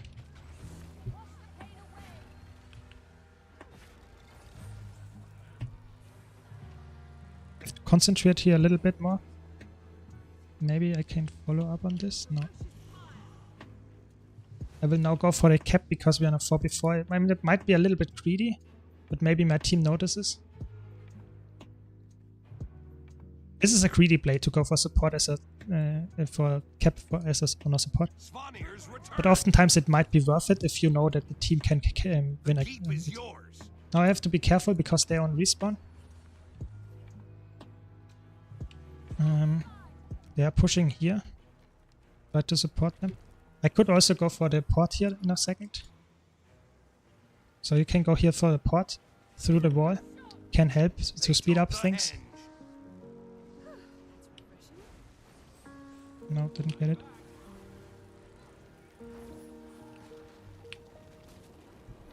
That's tough. We lose. That's what I mean. They have a thief. We are against 3 players, completely off point. I think we should not fight here at all. The Necromancer realizes this and goes for the contest here. I don't know. That's really tough. I think support is really fun. That's why I play it. But I think it might be a hard choice to get rating with, you know. If you would be at the same skill level on another build, a DPS or some kind of carry, it might be better. So I will leave the... Oh no. We have... That's not good. That's not where you want to be. You don't want to be in a 2v2. Because as a support you don't deliver that much value to a 2v2. You've taken the mine. But now we are in a 2v3. That's better. Now we get more value. You've seized the henge.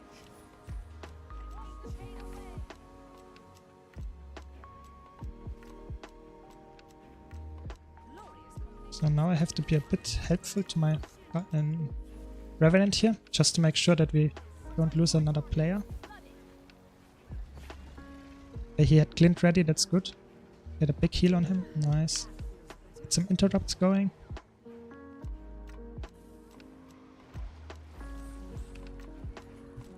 The keep is yours. Yeah, we have a good position, it's a crazy good position actually.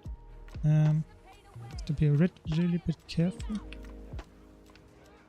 Please kill this guy.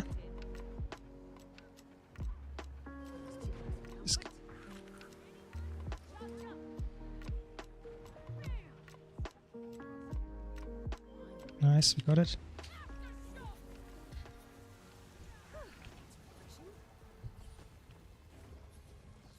Sad that my emob didn't land there because it was for sure a kill.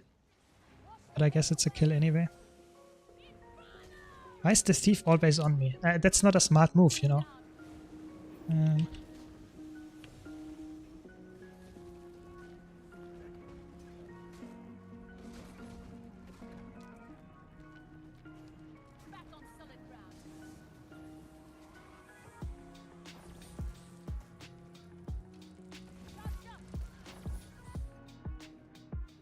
Team? Team, please. Why are they 4v2ing in mid? I guess I have to come and help them? Oh my god. That's not the smartest move. And they even got a kill here. Whoa, that's insane.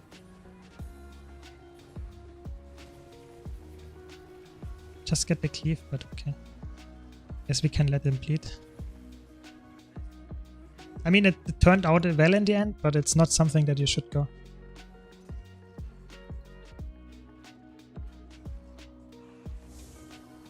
Now, all people close, that's always a good move. Let's see.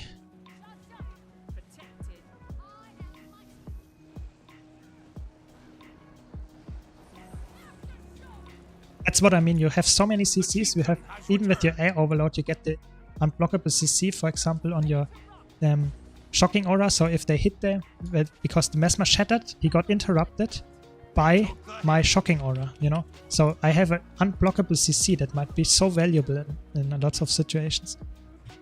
Okay, so now we have to be careful. If I go to mid, we have probably only one player there.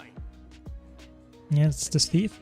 So I guess the thief will not try to outnumber our mesmer. I anticipate that a little bit. Let's see.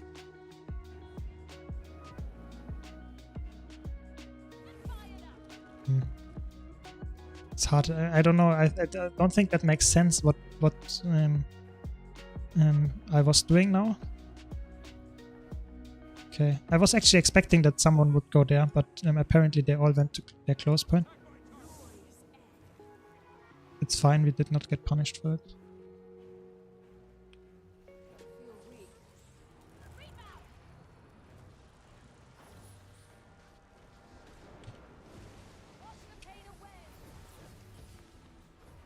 Okay, we got another kill. Really good. So I started playing Guild Wars 2, I think it's 10 years ago. Yeah. So I played a long time. So it's not that I played just a few years, it's actually really long, you know. The keep is yours.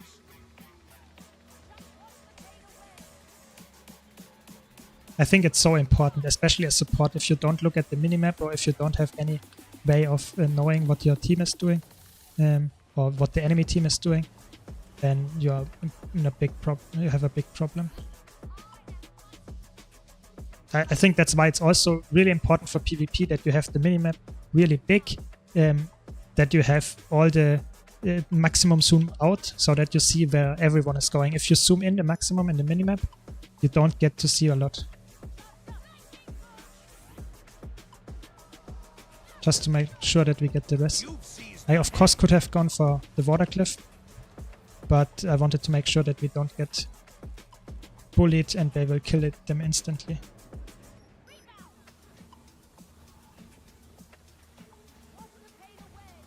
We should not let Evansine freecast everything here. But I guess we get all the kills, so I guess it's over.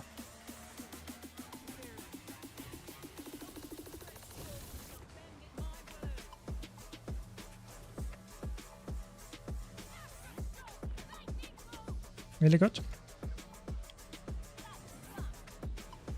And that's why I enjoy Tempest so much, because you have so much potential, you know. If you play, for example, some kind of healer that only does heals, if you play some kind of even Firebrand, you don't have that many CC options. And I think on Tempest you have so many options to not only heal, but also support your team by playing with CCs. It might be really beneficial to carry the fight. Very good, we won the next one. Your team is victorious.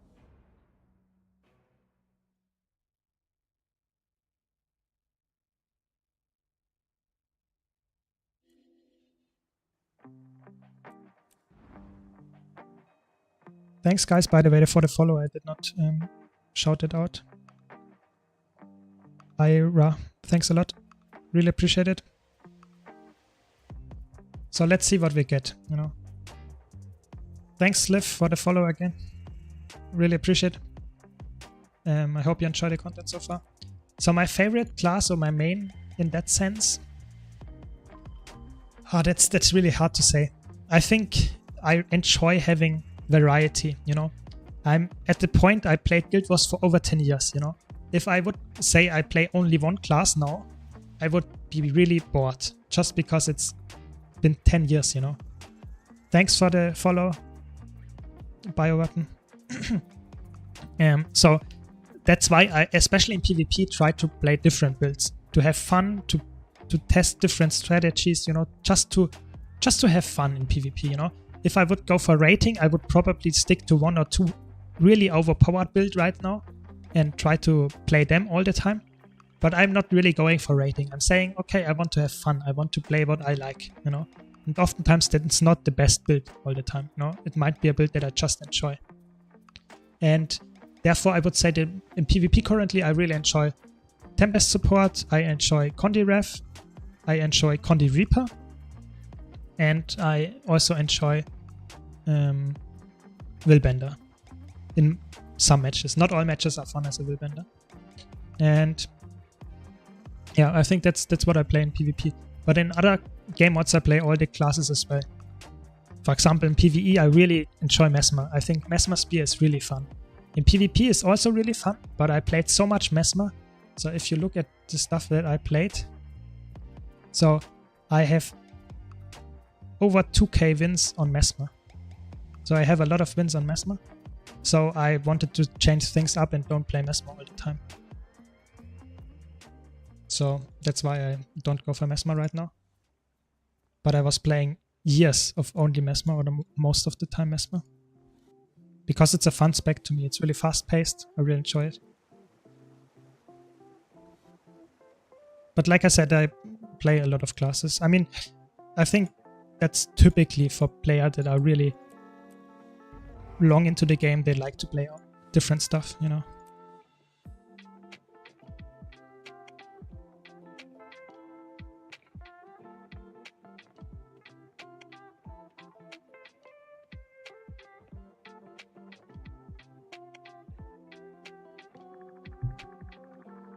I think so. We just Mathias pointed out on YouTube that someone long ago said that excessive specialization is weakening, and I think that's actually a good point. If you really go deep into one thing, you might get stuck with only playing that one thing, and it might not be good enough. Just playing different things might be way more valuable. Oh, I'm not sure if that's another support game again. You know, you see, the problem is, if I'm enjoying support, a lot of times you have a support game because not a lot of people play support. I'm not sure. We could go for Necromancer as well.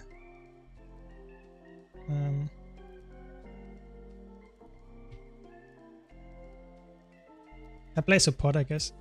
I think it's a really good saying that you should not specialize too much. I think you get a lot of value just from playing different classes and learning different stuff.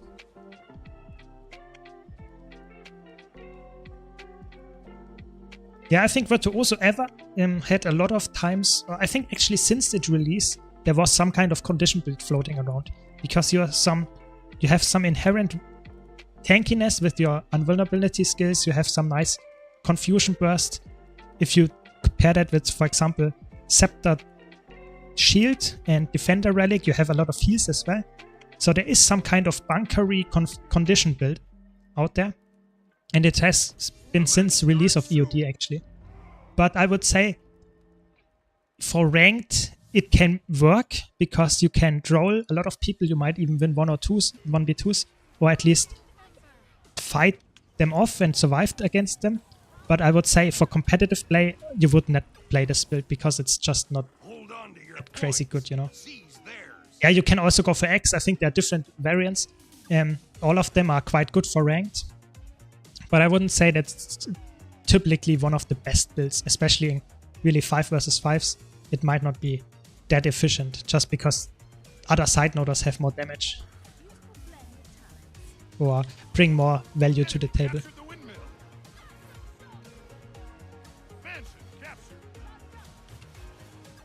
The damage is actually insane.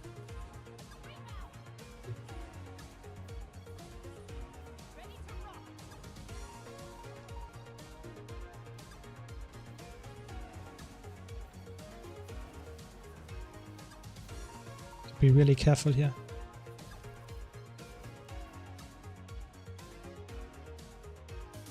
Our Revenant is has problems. How many people are there?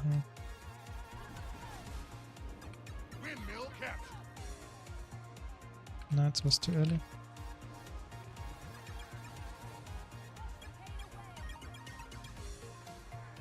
Oh, that was so close. But I got it. I'm not sure if it's worth it, because we lost the rest of the map for it.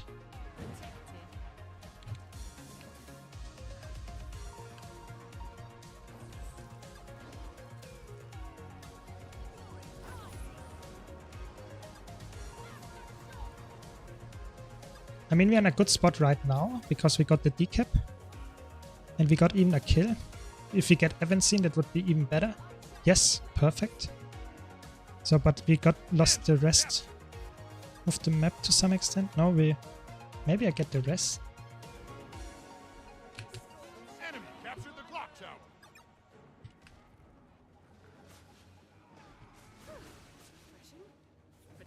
No, I don't get it, I think.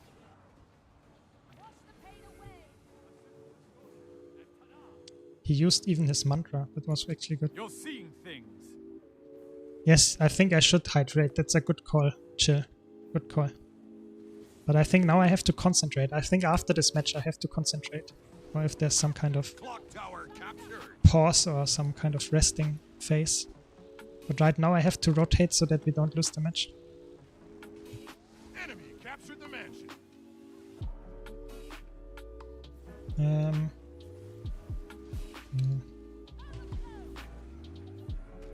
the Boondle move is actually too much for me. Come here, come here, come here.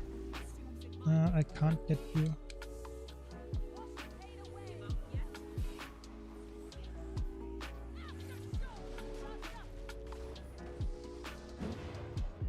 Yeah, I actually sacrificed myself here to get the heal on the elementalist. Maybe we get the res. No, what is he doing? Why is he? Enemy captured the windmill. I don't really get it.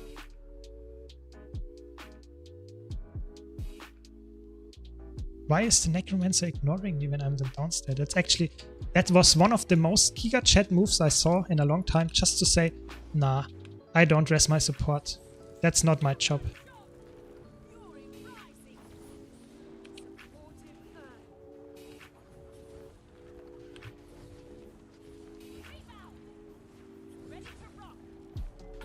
Clock tower captured. I mean, I got the cap. I don't know what this guy was doing, but I got the cap. I guess that's fine. If the support gets the cap against another player, Captured the mansion. you take that. Oh no. I think I'm dead here.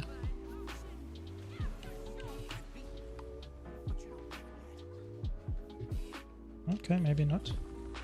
This was close, really close.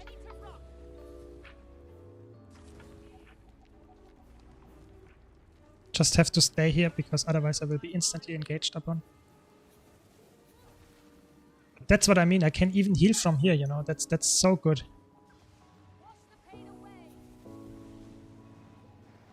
Okay, we get the heal on this guy. Really good. Now we can get on Evansine here.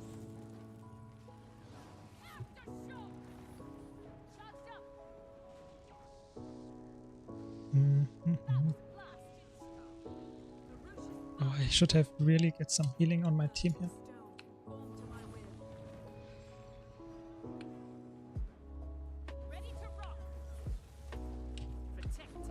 Ooh, it's really hard. I don't know where to go because all of my guys are actually in a big problem. No, I fucked up my cliff. Oh, that was bad. That was bad. I mean, it was probably also not a big deal in the end because I will die anyway. Ah, I could have gotten that cliff, but now I can get some hydration, I guess.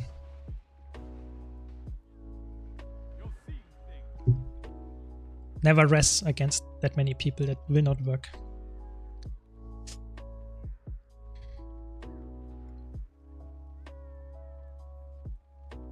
Ah, we could have won that. That's really bad. I really fucked it up. I could have gotten that cliff for sure.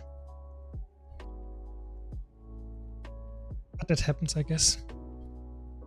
We're still 100 points ahead. Looks good enough to me. So now we have to be a bit careful. We are outnumbered on the map. No, we are actually in a fair fight.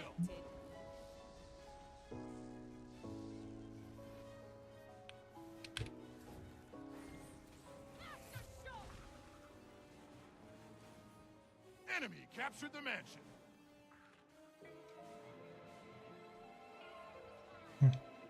I don't know where's everyone going. They are not caring about points whatsoever.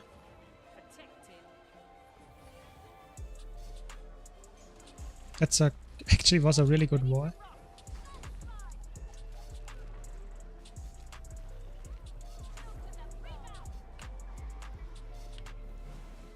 Have to be really careful now. Don't have that much Condi cleanses left.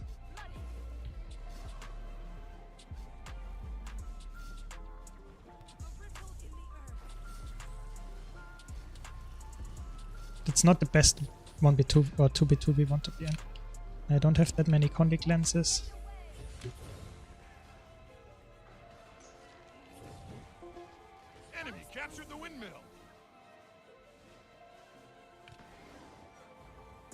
don't have anything left.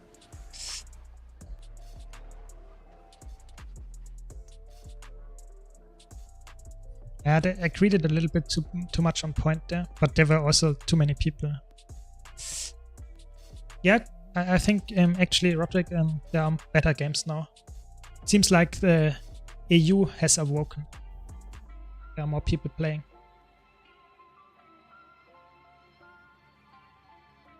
It would be so interesting to see how many people are currently queuing PvP, you know, just to see how much, how alive or how not alive Guild Wars 2 is.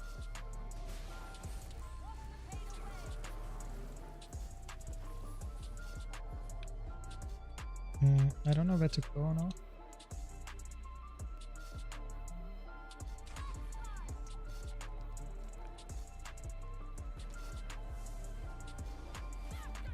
Enemy captured the mansion.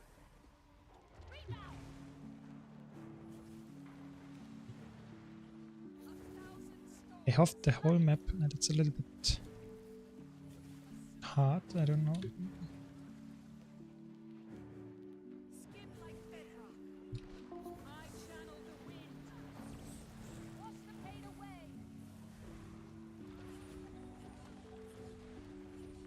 This was a good wall as well.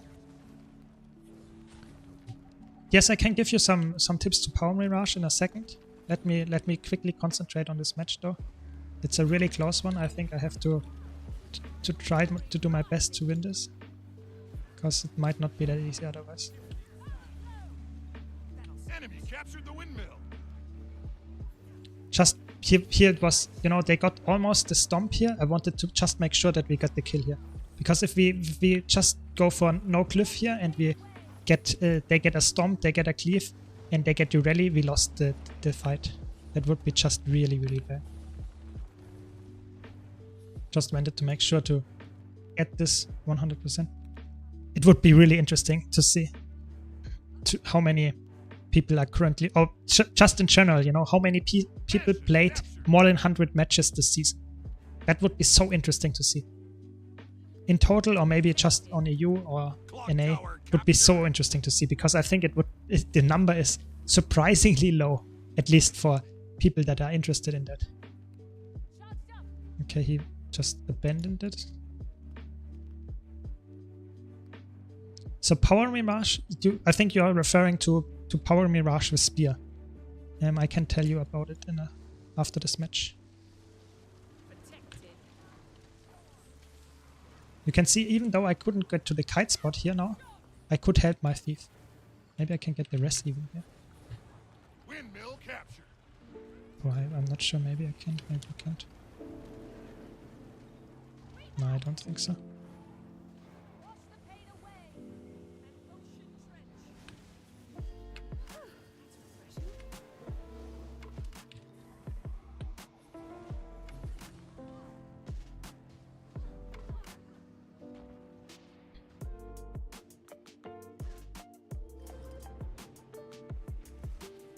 Ready to rock.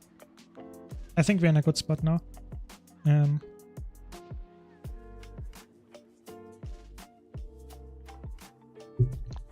Looks good. I mean, it's actually crazy. I think I played 4 games of support today, and I won more than in every other class so far. So it seems like support is quite good now. Nah, I think it would be a hot take to make something like this. But I think support is underrated in ranked, you know. Not how much you can carry. I think that's fair that you will lose some matches because you can't carry that much. But I think a support is really strong in most situations.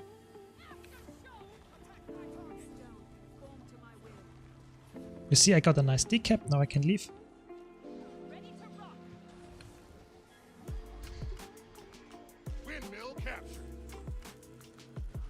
Wash the pain away.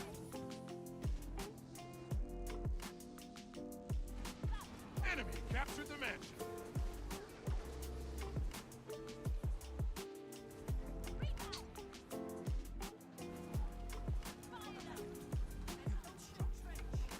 Nice. Ready to rock.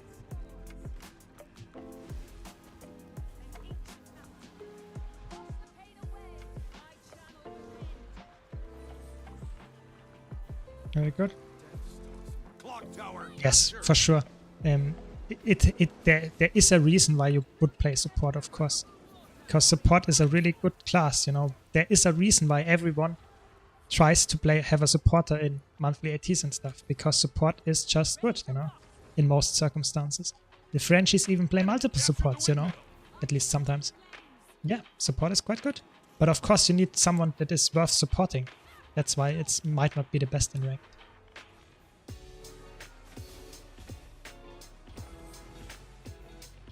Mansion captured. Protected.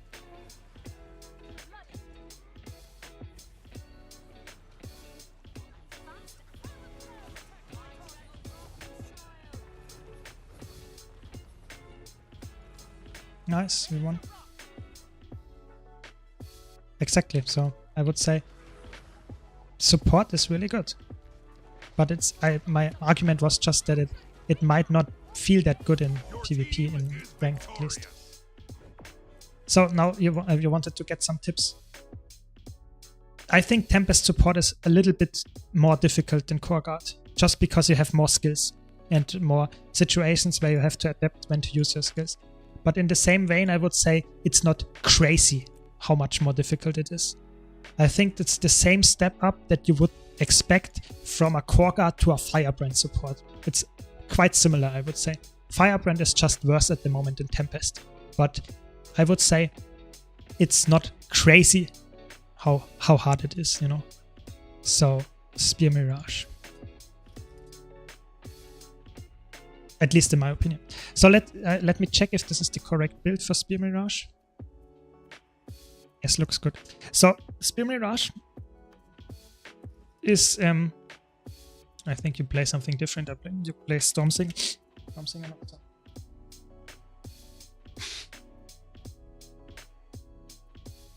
Like I said, I'm a little bit sick. I'm a little bit sick today, so sorry for that. So Spear Mirage is a really squishy spec.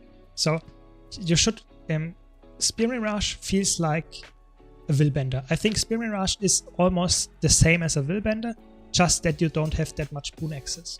That's the difference.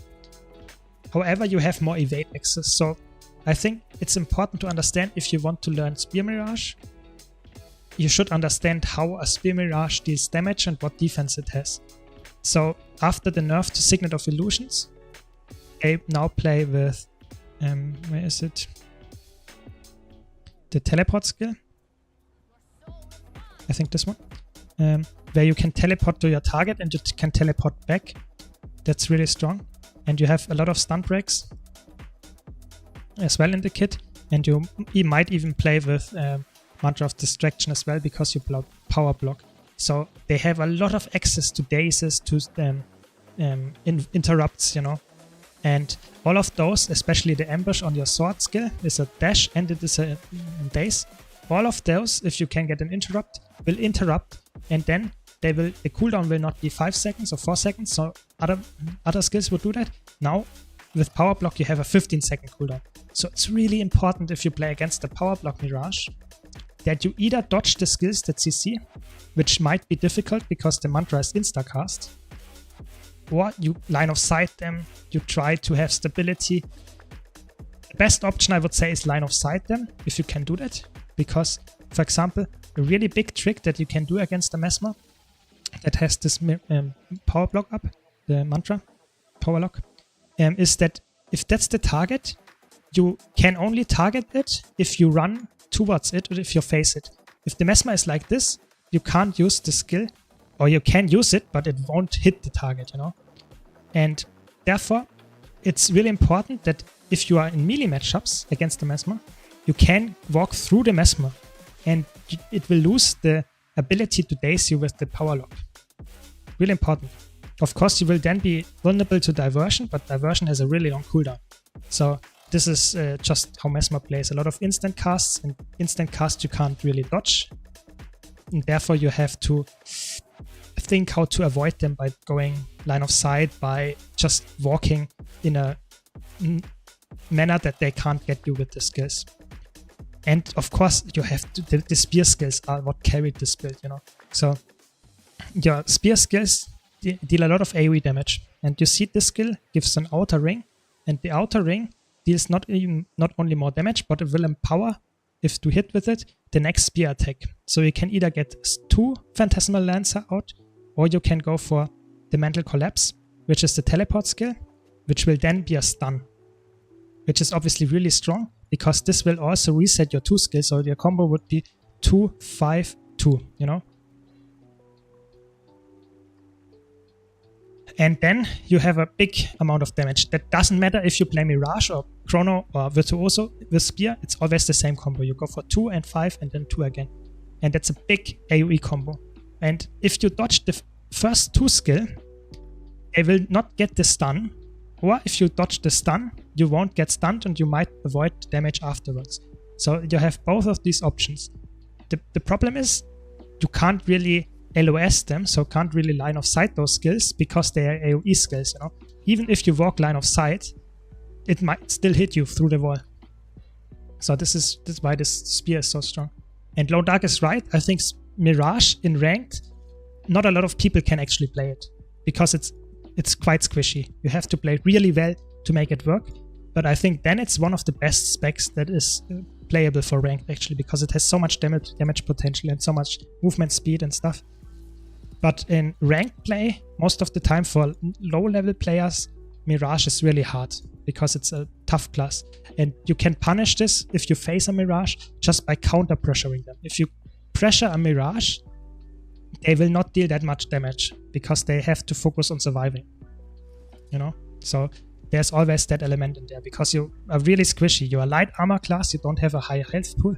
So that might be some stuff that you can consider. How to play against Mirages. At least in my opinion, you know. So the ambush on Spear is okay. You know, it's just dealing AoE damage in front of you. It deals quite a lot of damage, but most of the time it's not worth it to use just for the damage because the sword ambush is so much better to move around, to get an interrupt. You even get a clone. And you have a lot of AoE damage on your spear. So I would say most of the time you won't use the spear ambush. But of course, if you need really big damage and dodge while doing damage, then it's fine to use it. Yeah, that's, I would say, the typical thing that I can say about Mirage. But like I said, I'm not the best Mirage player at all. So if you want to see some good play, maybe look at Caspi, maybe Classe plays it, Misha plays it, all those guys stream it. So I'm not sure if that's the up-to-date build version, but I think it is. Some Stormsinger, Infiltration, Berserker Amulet. Then for Sigils I would always go for Cleansing Energy. This is the typical spear build. And let me do it like this. And then your skills. Yeah, I think you can go for different runes. I think if Vamp Rune gives you more vitality, which is obviously a really good choice because, like I said, you're really squishy. You lose a little bit of precision, but that's it. And for traits, I think it's just clear what you go for. It's really broken, all the traits. But like I said, don't expect to make that build work in the first game. It's one of the hardest builds to play, I would say. At the moment, you know, it's not extremely strong in a player that is not that good, experienced at least, you know. But it's a fun build. You have so many dodges. You are really mobile. You are also not that easy to kill if you play it correctly because you are so mobile and so many dodges. But if you get 1 second where you don't chain your evades or your dodges or your let's say your mobility skills and whatever, then you might die in this 1 second. Just 1 second is enough to die, and that's a build that's typically a reason why new players might struggle with a build because you get punished for it. You know? That's why thief builds are oftentimes really good in the right hands if people can play it really well, because a thief provides a lot of value. It has nice power and +1s. It has really good decap potential. But at the same time, if you get caught just for 1 second, you are dead. And therefore, in low-level gameplay, thieves might feel so bad to play because you are just too bad at the game, so to say, to know what to dodge all the time. But it's a fun build. I would play it if I wouldn't play all the other classes as well, you know. I want to have some variety, and if I play Mesmer all the time, it would be boring.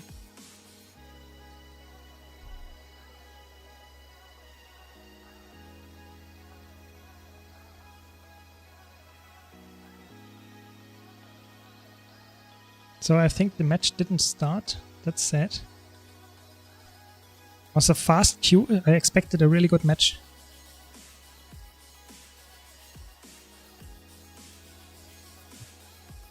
I think Mirage with the rework of the Doom Cloak, it's really cool. I think that's a really good choice that they reworked that.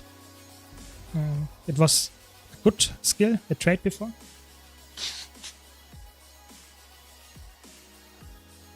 But it was not used that often. So before it was stealing the Doom Cloak, the Grandmaster trait in Mirage was previously was when you dodge, you do an attack that steals boons from really close range enemies.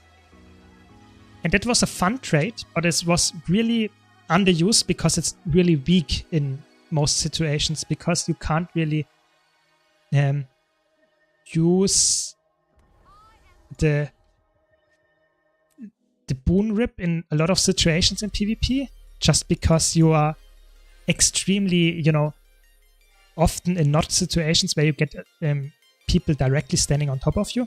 And so they reworked this trait, and now it's completely different. Now it's like when you shatter while you have more than two or more illusions present, you get your Mirage Cloak.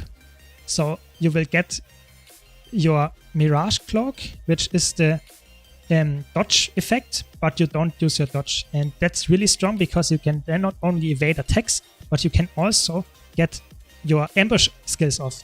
So you can move really fast, or you can get your days off, or your clone generation going. It's really strong. So this made this build, I would say, viable to some extent, because Spear is really strong, and now you get some defensive tool. If you go aggressive, you shatter with 2 or more illusions, and you get a Mirage Cloak again. That's the Grandmaster trait. It's called Doom Cloak. I think it's still Doom Cloak. It's the Grandmaster trait in Mirage, so the last trait in the trait line. The match starts soon. Exactly. So it's really fun, and it's also quite strong, I would say. I think it's a really strong design. Yeah, it's Doom Cloak. So let's have some Necromancer gameplay. I did not look a lot of what we have here, but we have a good player here. Hold on to your points. Seize We them. have a DC or something, or a late swap. Let's see what's happening here. I don't want to go for support on this map, just because there might be more points than the typical 3 nodes, which is obviously a problem if you play support, because then the team is more spread out. This is a good target. He already used everything. Your enemy I think he's has the dead, temple actually. now. You captured the altar.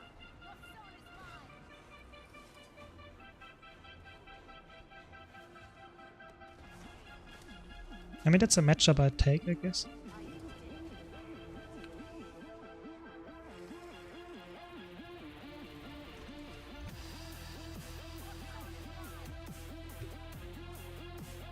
Nice, I got the interrupt. We lost. I'm not sure. I should not go far. All the respawns coming in. Welcome, Scully. Welcome to the stream. You control the gate. I don't know. Your It's enemy tough seized point. the altar. My team died. We are in a... I think that's just lost because we are 1 player less. That's sad. Actually sad. Let's just learn a little bit how to one-on-one a Condi Reaper.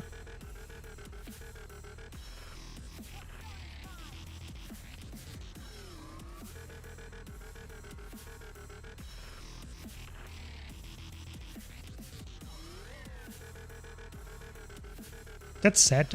I mean, that feels bad that we don't get a good match now.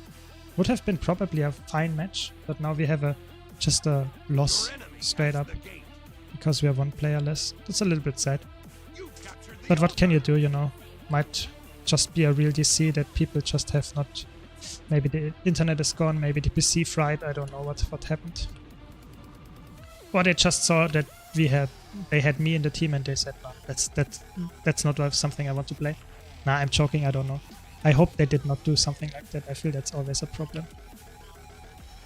Exactly, I think I don't lose rating, but I mean, I don't really care about rating. I would rather have a good match and lose it than play a match that is really really just not cool to play.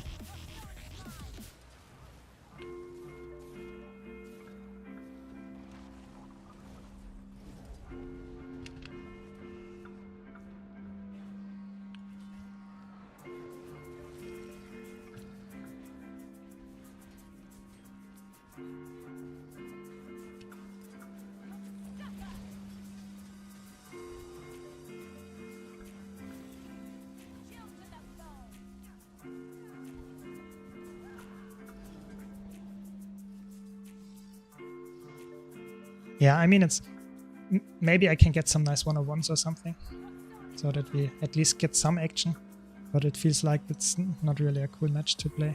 You captured the altar. Yeah, I don't know what happened. I mean, I don't want to have some bad faith here. Maybe it's really some emergency, some kind of stuff. Happens from time to time, I guess. Nothing can save you.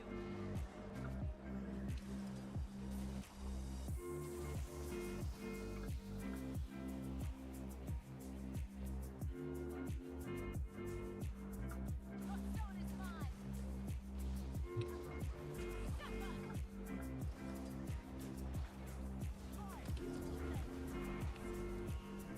I'm against 3 people now.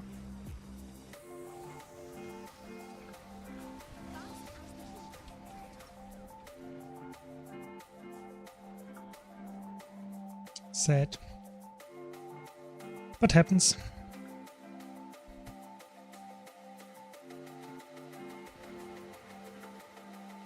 Would actually been a good match for Necromancer.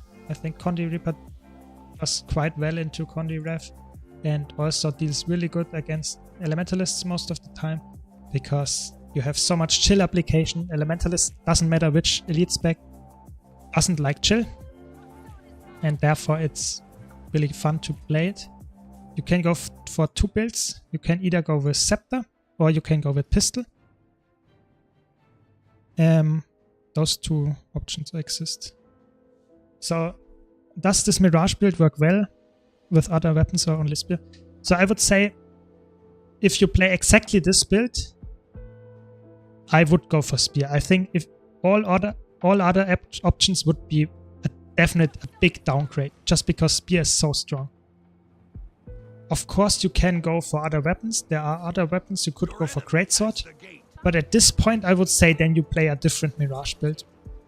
Because Greatsword is more of a teamfight DPS that doesn't really want to be engaged upon. You want to be ranged. You don't want to go into any melee matchups. Yeah, I think you can play that. That was actually meta before. But then a lot of stuff changed with Chantier Wilds. So I would say it's actually not something that typically is played. Because it's just worse than Spear most of the time. You control the gate. Nothing can save you. I think X-Thief is a little bit strong right now.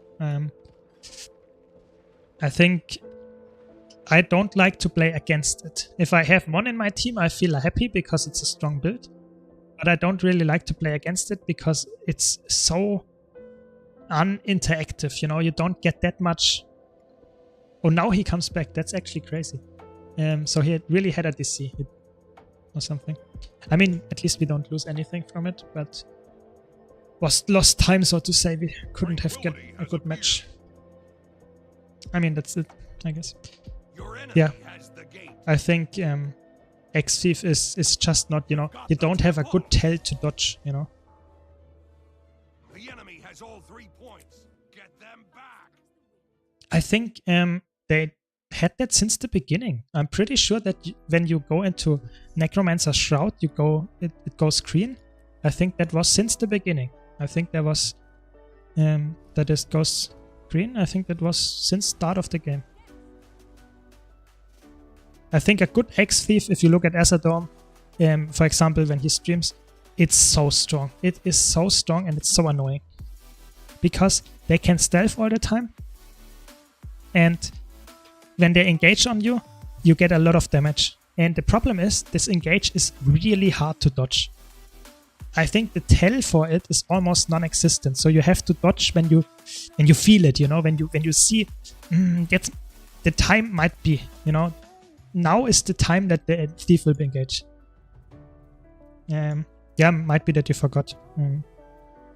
But I think it should get nerfed, the damage, or at least we should get some tell when we have to dodge. I think that's the most important part. I think that we have enough you know, skill to dodge the steal, because steal is still a skill that we have to dodge because it's so important, but it has no tell whatsoever. So you have to have a sense for that, and then you have to have the same sense for another skill, which is the Axe Engage. So I think that's too much, because you can't dodge randomly, or you can, but you will not succeed most of the time. So I feel like that's not good game design. You should have some tell and then you dodge. I think that's how it should be. I mean, that's also why I really like stuff like you can use your elite skill and you stow your weapon and then you can interrupt it and still play the animation. It's really cool. Stuff like that. I really enjoyed it.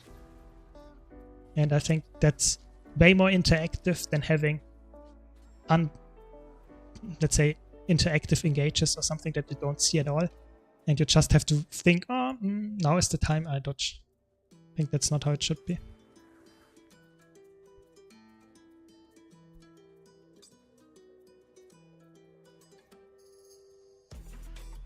No, obviously it's really just I stow it and it doesn't have any effect. It's just the animation that plays. It does have just the animation, and therefore enemies that are somewhat skilled will dodge the attack or will try to block it because they don't want to get hit by it. But it does not do the effect. It does only do the effect when I cast it fully, and it will go on full cooldown. So it's fair in design. It's not like I am abusing a bug or something.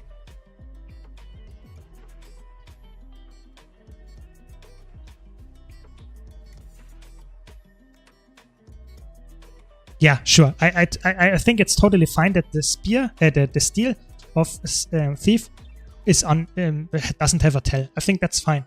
But I think if you get a tell or some kind of, it's just too fast. How fast the axes fly. I think that might be some problem. That might be some stuff they could address. That the velocity is a little bit slower. Maybe, I don't know. But I think I always want to have some strong skills that have some counterplay.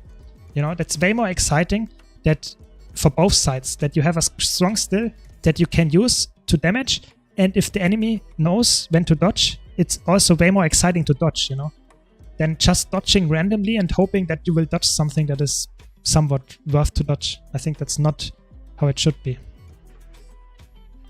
I think Revenant Spear is a good example. Revenant Spear is quite slow, at least the 5 skill. And you can easily dodge it. I think the Revenant Spear has other issues in the sense that I think the 4 skill is a little bit strong. I think they should at least increase the cooldown on it a bit, because I feel like it's really, really good. But that's just my opinion.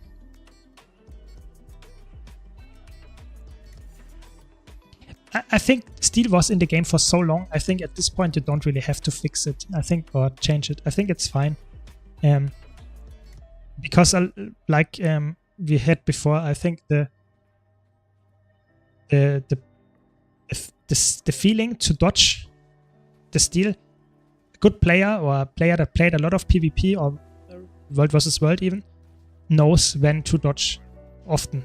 You know, it's not always correct, but oftentimes you can see the thief is walking towards you, and the next thing they will do is just steal from you. I think that's fine that you have some really cool mind games possibilities. But if all the skills work like that, I think that's not good anymore.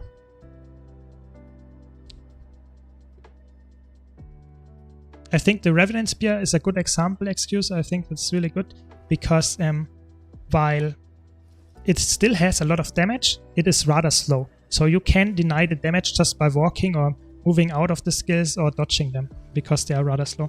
It would be totally busted if it would be faster, you know? And I think if they would change X in this direction, that it's a little bit slower, the velocity of the axis or something, that would be really good. Yeah, I mean, it's oftentimes that they just have to balance stuff around the game design and not about the real world example. Would be really weird to go for the real examples, because I think in Guild Wars you can also jump and then turn around mid-jump and you will jump in the other direction. In the real world you can't do that, obviously. Stuff like that is in the game because it's just how it works, you know.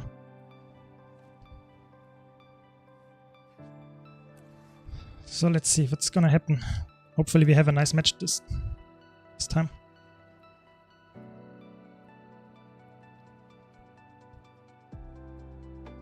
I'm really excited for the new relics. I'm really excited. I hope they will be good. So I think that's a really important question for a player to ask someone.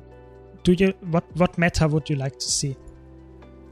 So let me quickly check what we can play here. Is it support? It's a support. I'm actually sticking to this play.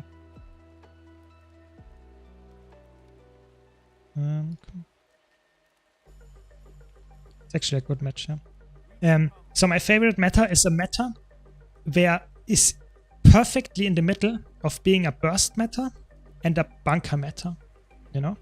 Because I feel like a meta that is really slow is boring, but a meta that has some kind of slower paced game style makes it way more interesting for new players to come into PvP because they learn something, because they don't die in a quarter of a second. Because I feel like if they play PvP right now, look at this. We have 2 Soul Beasts and Catalyst.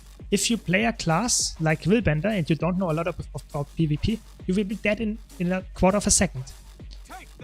Yeah, chill. Thanks for seeing, coming by the stream. Good night, good night. Yeah, I think it's important that it's not too fast paced. I feel like in PvP right now, in ranked at least, it's so bursty, you know? It's so bursty, and I think that's not good. And the opposite is actually true for ATs. If you look at ATs, oftentimes they have 2, maybe even 2.5 supports, you know? That's not how it should be, I feel like. It's way too slow there. And somewhere in the middle would be good. But I think it's really hard for them to balance around this. Hold on to your points. Seize theirs. I think Catalyst Spear has some problems. I think if they would fix, for example, the targeting or the ground targeting and retargeting problems, then I think it would be a really good weapon, actually. I mean, it's not the best weapon in the sense that you have... Enemy captured the windmill. that you have... Oh, I have... There is the spear that we talked about.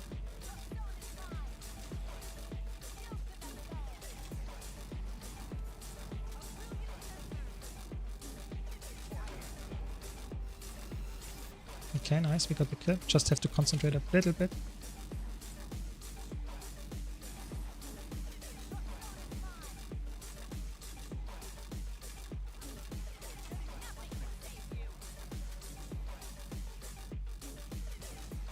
Who is that guy with the spear?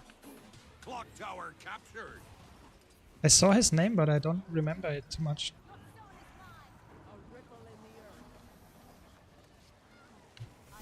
Who that was close. Okay, I'm so dead. I mean, 3 people on me as a necromancer. That's not where you want to be. Yeah, I think if they would change Spear to be a little bit, you know, not that... I feel like clunky is an overused word, but I feel like this spear is a little bit clunky. If they would change it a bit, I think it would actually be viable in PvP. You know, this guy plays it obviously, and he plays it very well, but I would say it's not the typical weapon that you would expect in PvP. I mean, I could go for the decap here. Not sure if we win the team fight though. Ah, we actually got a kill, very nice. It's a really close match so far, I think it's good. Let's see how it develops. I might go for the full cap here. It might be a little bit risky because my team is currently actually in a fair fight. But it might change soon and they have not that big health bars. And yeah, you see they will die. Clock tower captured.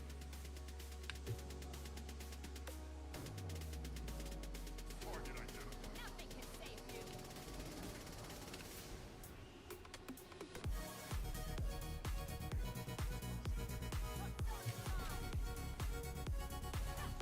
Enemy captured the windmill.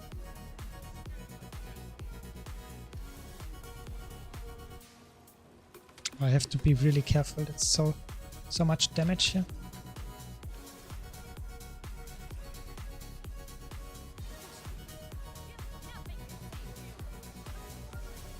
Yeah, nice. I landed my seed chain and we got the kill from that. No, we didn't. Not Enemy yet. captured the clock tower.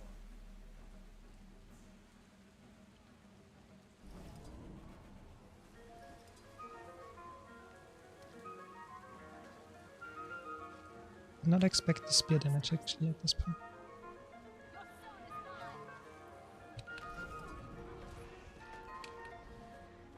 I think Condi Reaper is really good against Power Harbinger because you have so much chill access and they really need to stick on you. Nothing can save you. Clock tower captured. Enemy captured the windmill.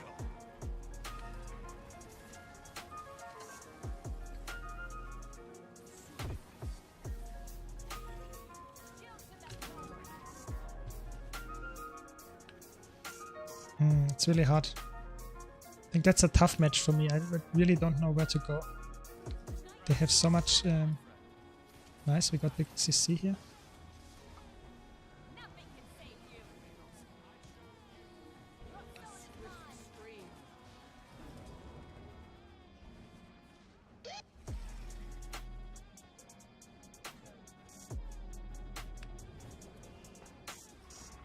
Mansion captured. Enemy captured the clock tower.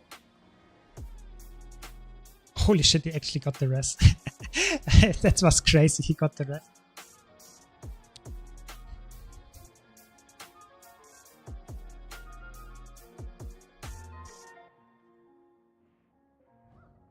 So I will die here, so that just if in case if this guy goes down, they won't rally. Because if I go down and try to rest myself, and this guy goes down after me, they will get a rally because I'm just too low at this point. We are in a bad spot at the time. At this, I could outnumber, but it might be problematic.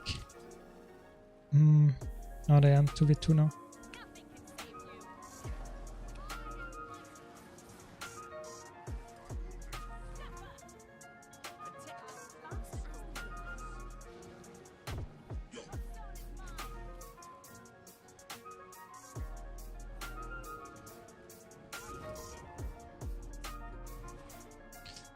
Nothing can save you. Nothing can save you. Protected. An ocean trench.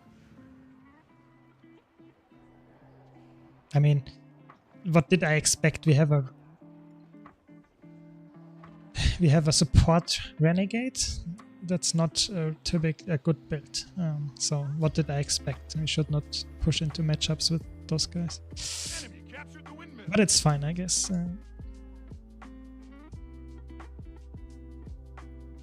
Yeah, it's a support renegade with Centaur stance. It feels not like we are supposed to win this match, you know. If you have a player like this in your team, it's just... and they are also writing a chat right now that we are throwing the match. It's just not supposed to be winnable, this match. I'm sorry. Nothing can save you. Nothing can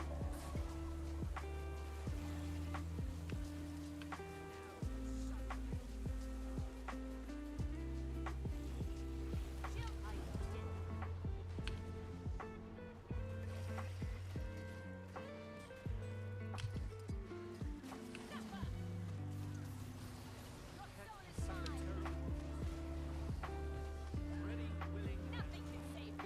See the power of a condition build here? Because I got so much pressure against them that we killed them in a 2v3.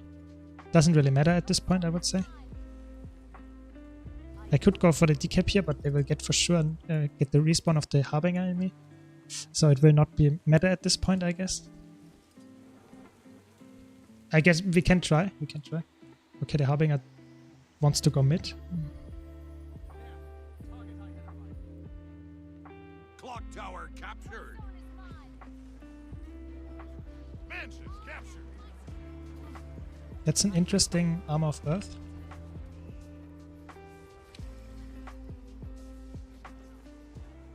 It's also really interesting stun. I don't know if they know how to play against Necromancer.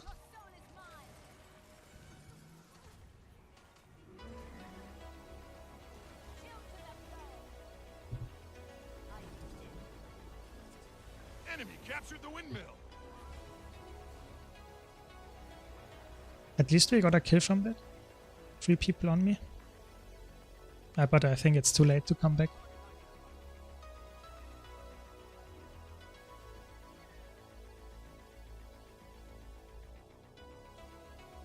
Yeah, sure, I can show my build. I can't show the support renegade build. I'm sorry, this guy is some crazy cook and is complaining permanently in map and team chat. So I won't show any support renegade build. It's below D tier in the tier list. Please don't play support renegade.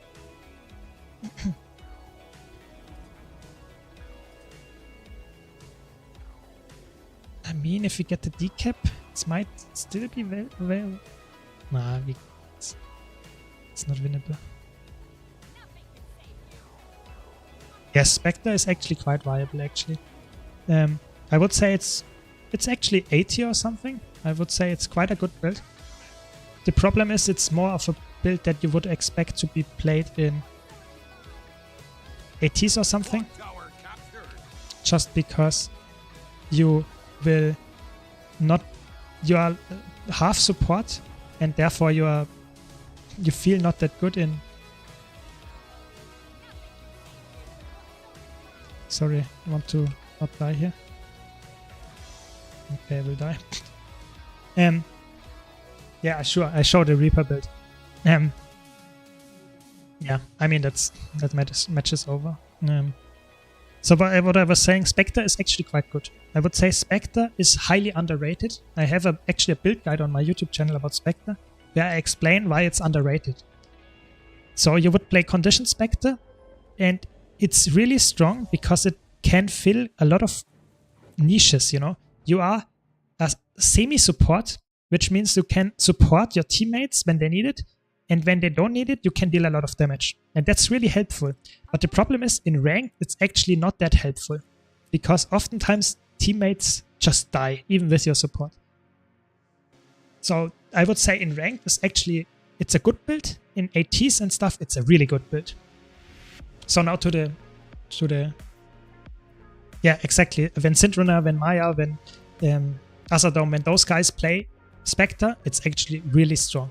But in ranked, I would say it's good. It's really good. I wouldn't say it's a somewhat meta build, but it's hard and it might not perform as well as, for example, an X-Thief most of the time. I don't know. Depends a bit on your playstyle. So now to the Necromancer build. So for the build, I can just show you. So the build is typical necromancers. You play Carrion Amulet, you play with Link's Rune to get some movement speed and some nice damage, I guess. You play, of course, Carrion because you get some vitality, so your life pool is higher, and you have condition damage with it. And the most important aspect, never change Reaper Relic. It's so good. You have 4 shouts in the setup, and every single shout will apply chill around you, 600 radius. It's really strong. And with Deathly Chill trait, it will also apply bleeding, so you get damage from it, but that's not that important. The important part is that it's chill. Chill is one of the most underrated conditions because it will decrease the movement speed of enemies and it will reduce the recharge rate of skills. So that means that they can't use the aggressive skills that often, so the offensive is limited they can provide. And it will be less defensive skills as well because they can't cast them that often, any skills. So the chill is really valuable. So this build is why it's so good against elementalists, because they have so many skills they want to cast and all of them will have 66% recharge rate reduced. So that's really good. And then I play with Staff, Pistol, Torch. You can exchange the pistol for Scepter for more damage, but less CC. If you do that, you have to change this trait to this trait, because that will alter your Scepter 3 skill. And then you get a lot, and I mean a really big amount of life force, condition pressure, and even boon converts. That's really, really strong. But if you do that, you will lose a little bit of defense because you don't have the CC here anymore, and you don't have the nice weakness application that you get from this trait. But in general, this build is quite strong.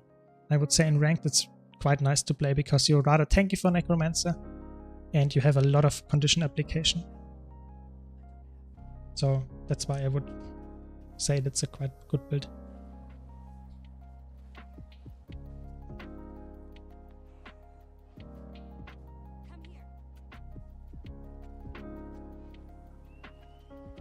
Yeah.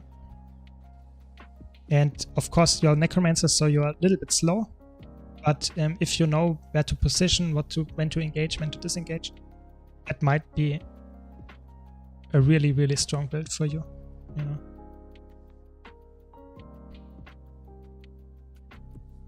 Oh no, the queue times are again quite long.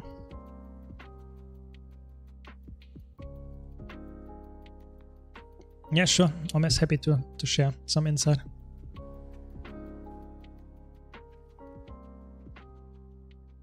And I think it's also not only a fun build, but it's also a really cool build to get better at.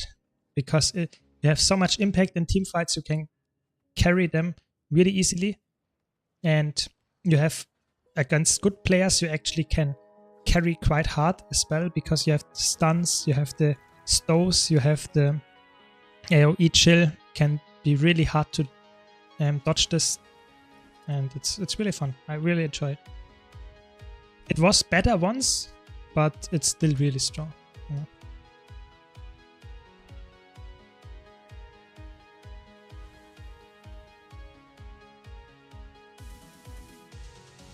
Hello, welcome. So no, this is not Terramancer actually. Terramancer would play more some kind of core build. You are playing the typical Condi Reaper build with chill and a lot of toughness that you get over time with Deathly Death Magic. Terramancer would go for this trait and would also try to play core, I would say, because the core shroud gives you way more skills in the fear here.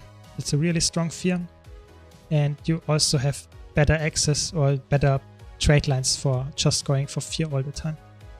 The Reaper build is a little bit harder to hit with your fears because you don't really have that much access to them. But both builds are viable. I would say Condi Reaper Death Magic one is stronger in most circumstances, but especially in ranked, if people don't know what they are facing, a Terramancer can be really terrifying, so to say, because if you can just CC chain for 5, maybe even 7 seconds or something, they might die in that time or are sure to die probably. And if you can do that against a key player, you might win the match from that. So what do we have? Is this a support? Might be. So we have Udini. And I think that's a good match for Condi Reaper. Okay, we lost our support, so it's not that good anymore, but it still might be worth it.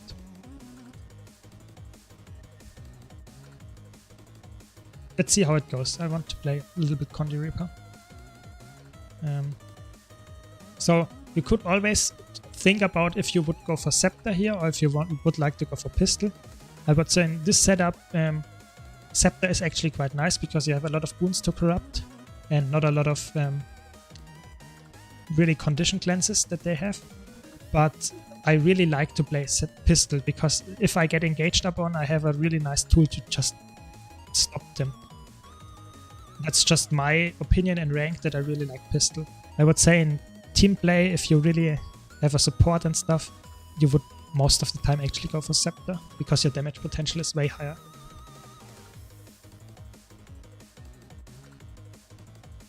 It's so aggressive. We have one side noder and we have 3 DPS. But I guess they have 5 DPS? Let's see. Oh, 4 DPS and 1 really squishy roamer. Let's see if we can win this match. We have quite good teammates with Avancy. Hold on to your points. Seize theirs. This map is really small, so on this map it's really often the case that you go for 3 nodes because it's just, especially if you don't have any support, because you can roam around so easily. This plays Kraitzer.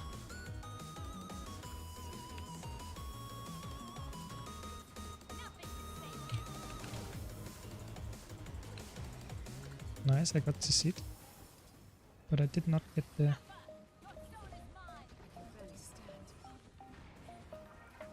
Okay, this is... I got it.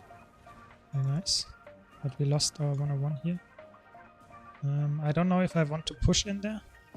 I guess I can try.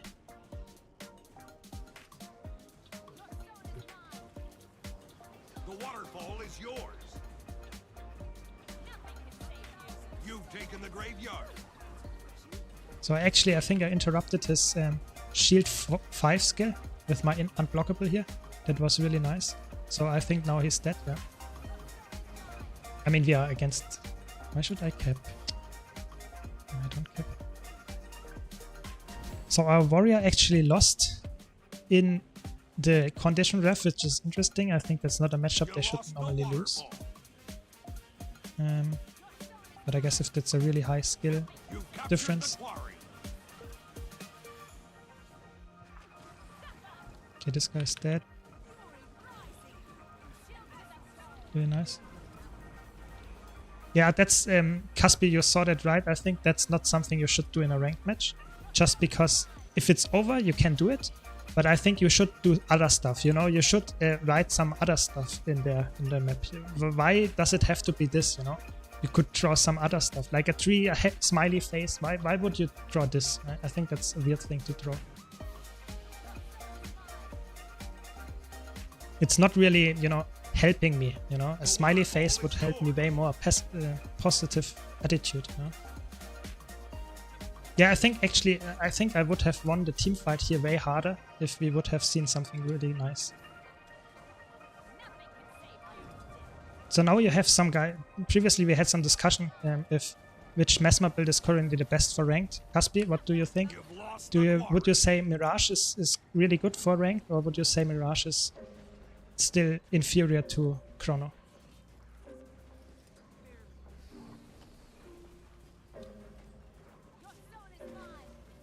I highly doubt that Core Chrono is really better than the other classes. But, I mean, if you say so, I mean, sure.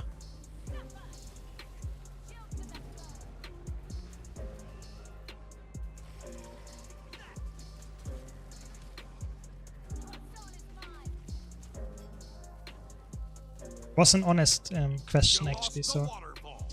someone asked that before, and I was not sure if it's really the case anymore. You've captured the quarry. Your stone is mine. You've taken the graveyard. Yeah, I think Mirage is actually quite high skill ceiling. I think you have to play quite well for Mirage to make it worth it. Because you're really squishy. I think that's what Chronomancer has going for it, that it's not that squishy at least. Yeah, I think that's a big problem, I guess, that you get punished so hard if you make a mistake on Mirage. I see that, yeah.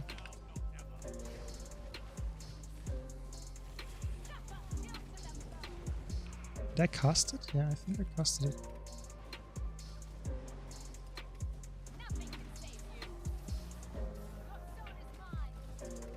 Yeah, I think it's crazy that even after the nerfs to all the signets, to the staff, to the rival, that Chronomancer is still such a, I don't know, oppressive, spammy build.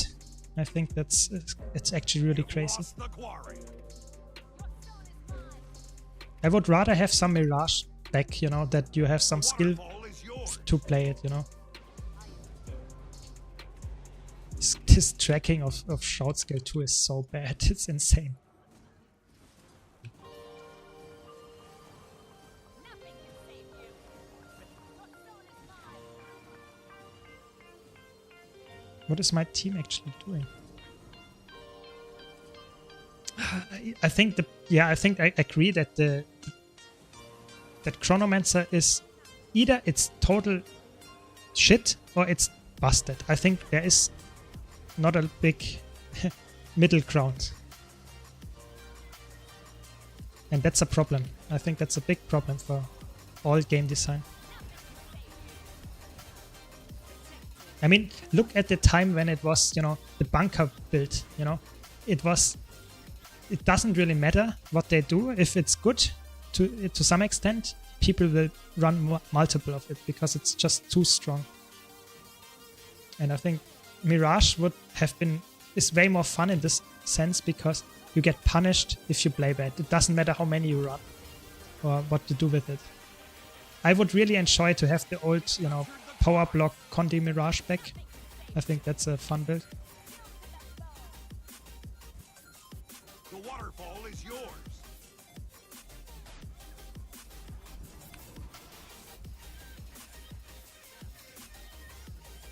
Please let me move.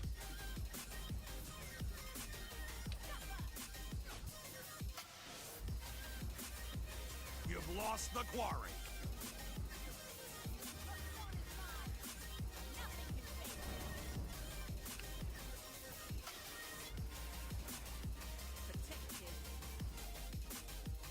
Yeah, I think that was such a fun build. I mean, it has to have the right meta for it. You know, if it's a little bit slower the meta, I think it can come back to some extent.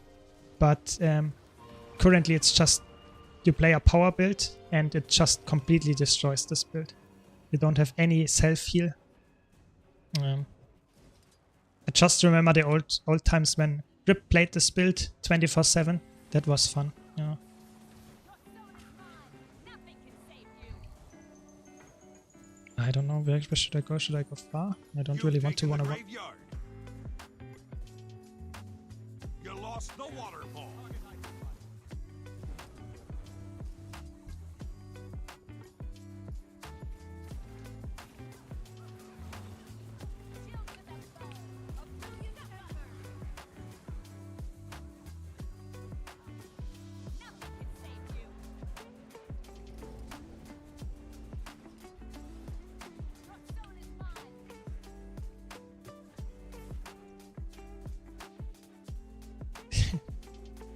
Oh my god. But please, Cap.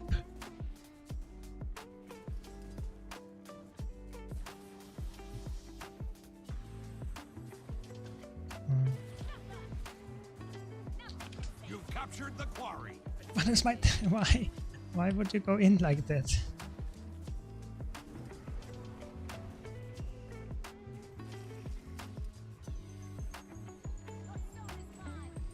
Interesting interrupt here.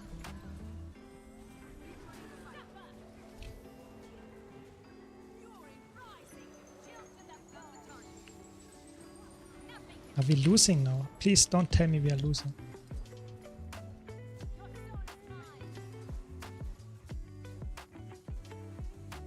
You've lost the quarry. How?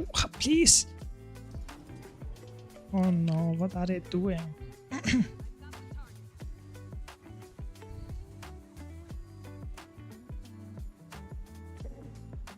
Please. Our warrior is actually not doing quite a good job at being, you know, in some kind of... Okay, what is this guy playing? Okay, it's Condi. The scepter? Ah, yeah, that's a big cook.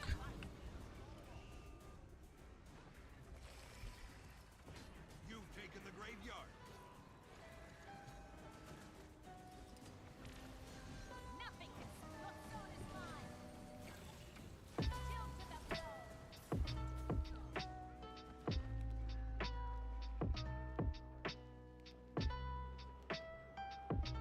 the floor.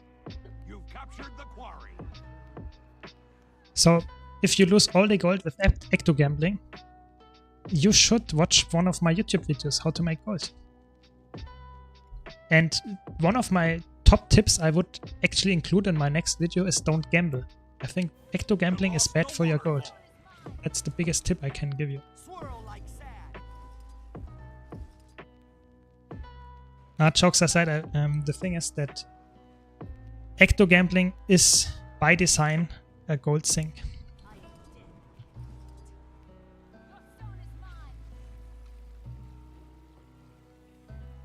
Yeah, I have actually a plan for a really big gambling video. There will be a big, really big gambling video where I open, I think, 2,000 black line keys or something.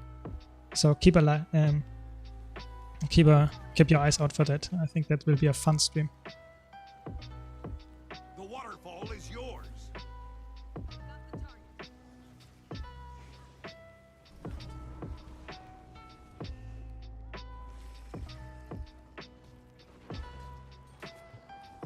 Nothing can save you.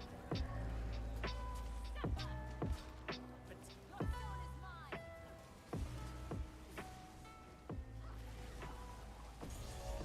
Your team is victorious. Nice. I think that was my last game for today. Played some nice matches today. Thanks all for watching. Caspi, what's up? Are you streaming? Good radio. I'm playing PvP. Let's do. So everyone, I hope you enjoyed the stream. Was fun. Had some nice matches. Be sure to follow, subscribe, you know the drill. Check out my YouTube channel. Thanks everyone. And hope to see you next time.